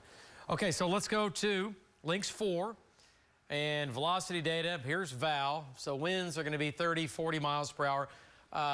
Lacey, what's this area showing back to the southwest about? Anything crazy in the winds? Have they just dropped off? It's dropped off as far as I can tell. What's this right here? That's where I was just querying. That's like 40, 45. Oh, okay. Coming into Tecumseh. Yeah. Yeah, that's nothing. Yep. Okay. I mean, it's breezy for sure. It's windy, 40. Yeah, and sure. if you look, that's yeah. so all filling in. It's where that other supercell is kind of merging with that big cluster of storms. Yeah, we had this, going on, and then that's our supercell from earlier. And now it's joining up too, and it's just going to become one big blob as it slides off to the southeast. So everything, again, sliding southeast. Storms are severe, but I tell you what, we're having a hard time finding winds in here over 50. Is that not true? I don't see anything. What do we have down here? Do we have a 50, 55 down in here? Yeah, this may be a little overdone now, getting further away from the radar. Yeah, we're getting high. What's it showing? 57. Yeah. TDWR? Yes. Okay. And what's TLX showing? Oh. God. Huge discrepancies. Okay, I'm leaning more towards the 30 to 40. Yeah, and just looking on the Mesonet, Washington just had a 47. Okay. That's about right. So. Okay, 47. Yeah. I can see that. I can see a 50 or something in there, but okay, so the area of red, that's wind, just a big blob of wind sliding down to the southeast, going to Winnett, Byers, and Stratford and Pauls Valley. These storms are not severe in here, though, so winds 40, 45. That's not severe. It's going to get windy. The only severe storm we have is over here. Okay, let's go back to Tom, see what Tom has back in Norman. And Tom, give us an update. We'll take Tom here and get an update from Tom. He's down towards Noble now. He's making his way off to the south. And let's bring in Tom Pastrano here, control room, and get an update from Tom. Tom, what do you think? What are your winds going on there? What are they doing here as you make your way into Noble? Yeah, the winds have really calmed down. They're probably 20 to 30 here. As I was going through Norman, I did see some of the water or the rain that fallen so hard that the water was going over the curb. So, there could be some minor flooding, but right now it's just all beneficial rain, no hail, barely any wind here. Back to you. Okay. Yeah, you can see the trees whipping around. So, Tom, winds 20 to 30 in Noble, maybe 40, or looking 20 to 30? Yeah, more like 20 to 30. Yeah. Okay. Well, a little bit of wind, but nothing crazy. We can live with that. Okay, look at the rain, though. That's what I love about these shots tonight. Just rain. Nice rain. Gosh, we have needed it. And this is certainly not going to end our drought. It is not. But it's short-term relief, which is, you know what? I mean, we've got another system coming up. Not this, I'm talking about next weekend, 7 days, week away. It might bring us another opportunity for rain. And But we have cold air ahead of us coming up this week, so going to get chilly. Frost and freezes and all that going on. Okay, back to Lynx 4 one more time.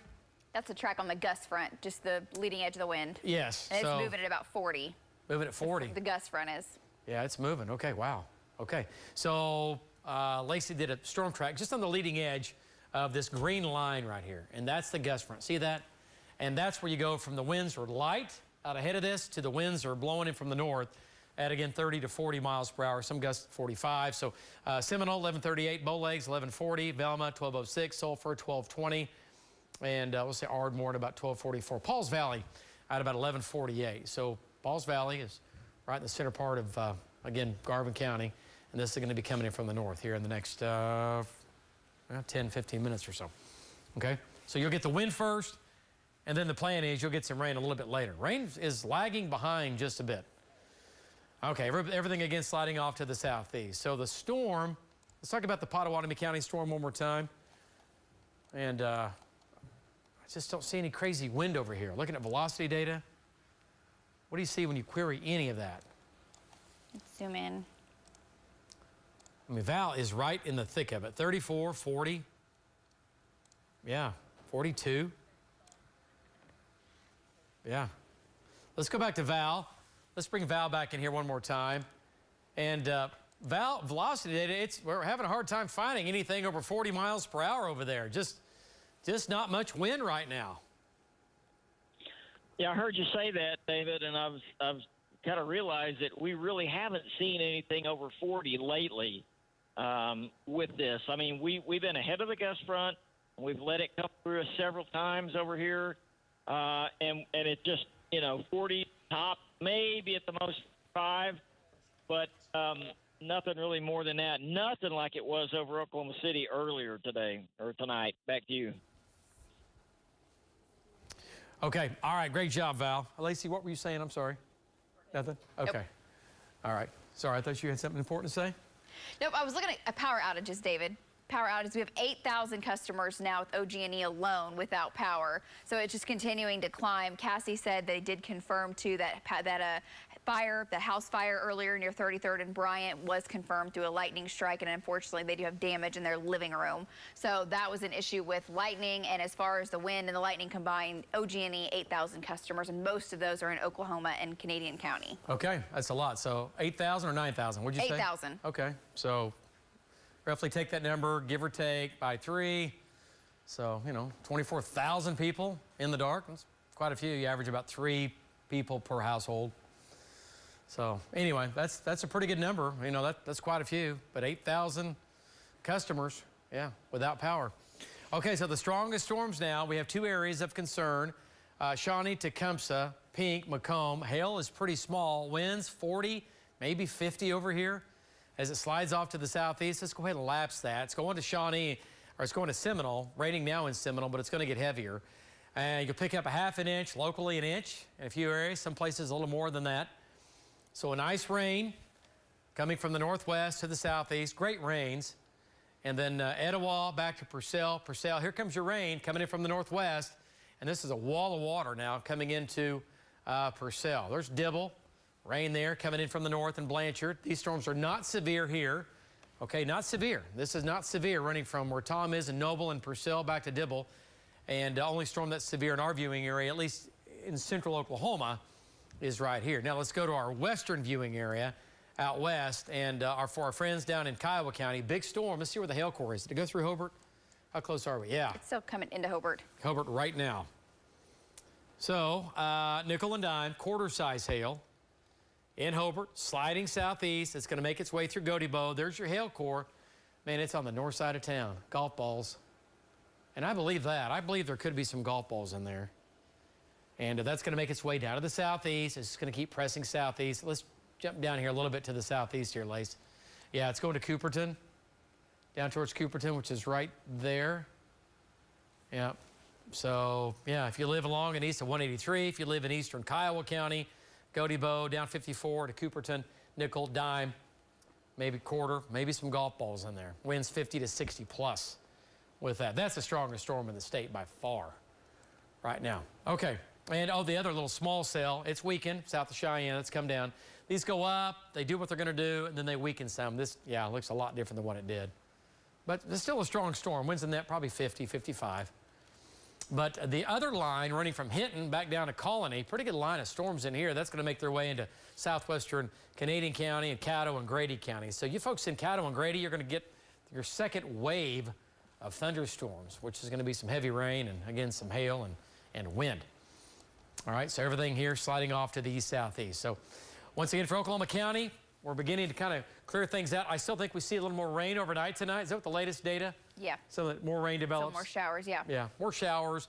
The severe weather overnight, it's going to be along this leading edge. So as this keeps pushing to the south, Marlow, Duncan, Lawton, Pauls Valley, you have at least an opportunity to get a few of these storms to stay severe tonight, still producing damaging winds and hail, not a tornado threat. But here in Oklahoma City now, this is all going to be to our southeast, so our threat's going to be some wind to our south and east, but for Oklahoma City, it's just going to be light rain, a little bit of lightning and thunder. And that's going to be about it for Oklahoma City overnight tonight. But the rain will continue off and on tonight and into tomorrow morning for the metro. Up north, showers and a few thunderstorms. Medford over to Ponca City, over to Pawnee. None of this is severe there. And let's go. What are we looking at here? That's back. Okay, who's that talking? Val. Oh, let's go back to Val Castor. And let's bring Val back in here and get an update from Val. And yeah, a little bit of wind going on there. Val, give us an update. What are your winds going there? What do they look like? 40, 45? Yeah, we're getting 50-mile-an-hour gusts. Right now it's ranging between 40 and 50. And, I mean, all this happened after I talked to you the last time. We started headed east towards Tecumseh. Now, we've seen small branches laying out of the road from the winds blowing off the trees here. So, yeah, I don't know what that is, just a stronger part of the gust front right there, but 50 miles an hour is seeing. Back to you. Yeah, for sure. Okay. So all the leaves blowing off the trees, it looks like debris when you see it, or hail. It looks like debris, like Val's driving through, tornado damage. You have all the debris. It's not. It's just leaves falling off. But it's been a while. We haven't chased storms in a while. But pretty good rain. You see the rain kind of whipping there and blowing along. So he said he had a gust of 50. So, not 70, but still 50 is enough to give us some power bumps and maybe some power outages with that. So no power outages, right, over in Pot County? There have been power outages in Pot County also. There have been a few? Yes. Okay. OG&E, that number. What does our system fewer show? Than 10 currently. Is our system updated? Not to that yet. Okay. All right, our system takes in everybody, all the co-ops and everybody, and crunches all the numbers. So, yeah, I'm sure there has been. There's been enough wind, at least scattered, at least going on. Okay, let's go back to links 4, and you can see Oklahoma City. It's light rain.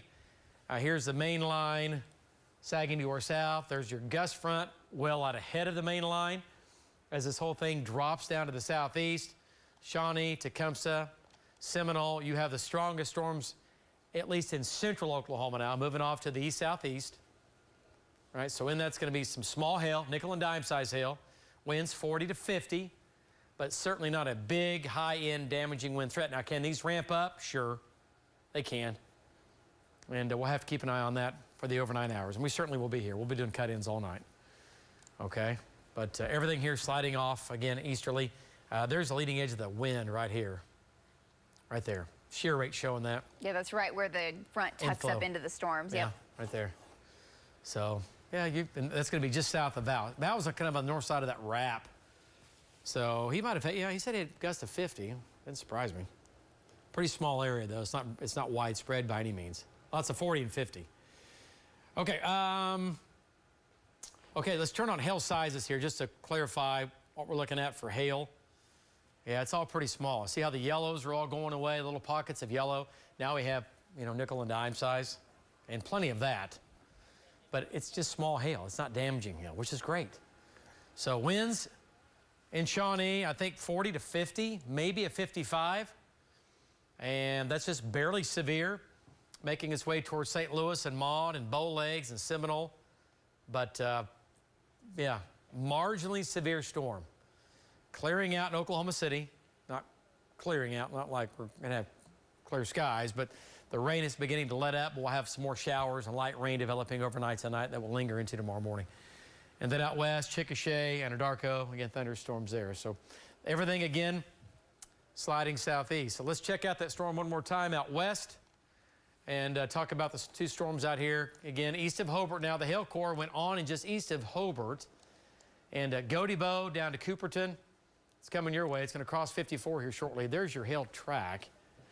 You can see what it's done here. It's kind of made an arcing line down to the southeast. That's where the hail has fallen, not the size, but the hail swath.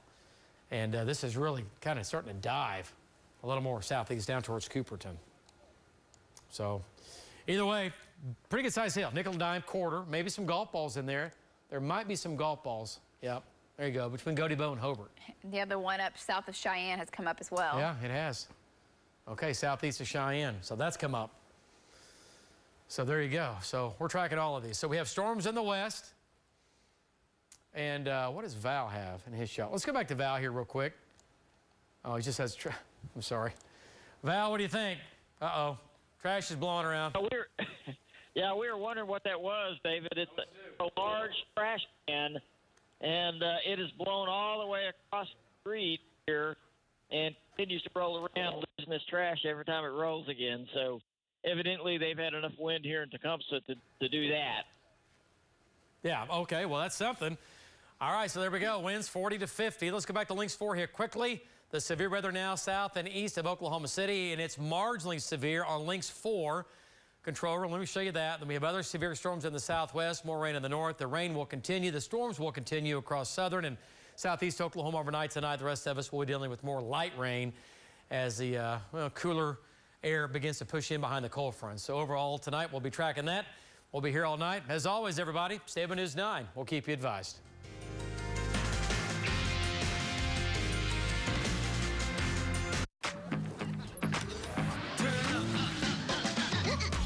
You better move if you want to go. Go ahead, yeah, on a roll. Turn up, yeah, nothing to it. You better do it if you're gonna do it. Yeah, I never seen something like this, no. It's your journey. Own every mile in the Hyundai Tucson. Get 1.9% APR plus 500 bonus cash on the Tucson or up to $750 total savings. Visit buyhyundai.com today. With Home Chef, you're not just home cooking, you're home acing it. Our convenient options are ready in as little as 15 minutes and way quicker than takeout. When it comes to making dinner, fill in the blanks with Home Chef. Delicious, meat simple.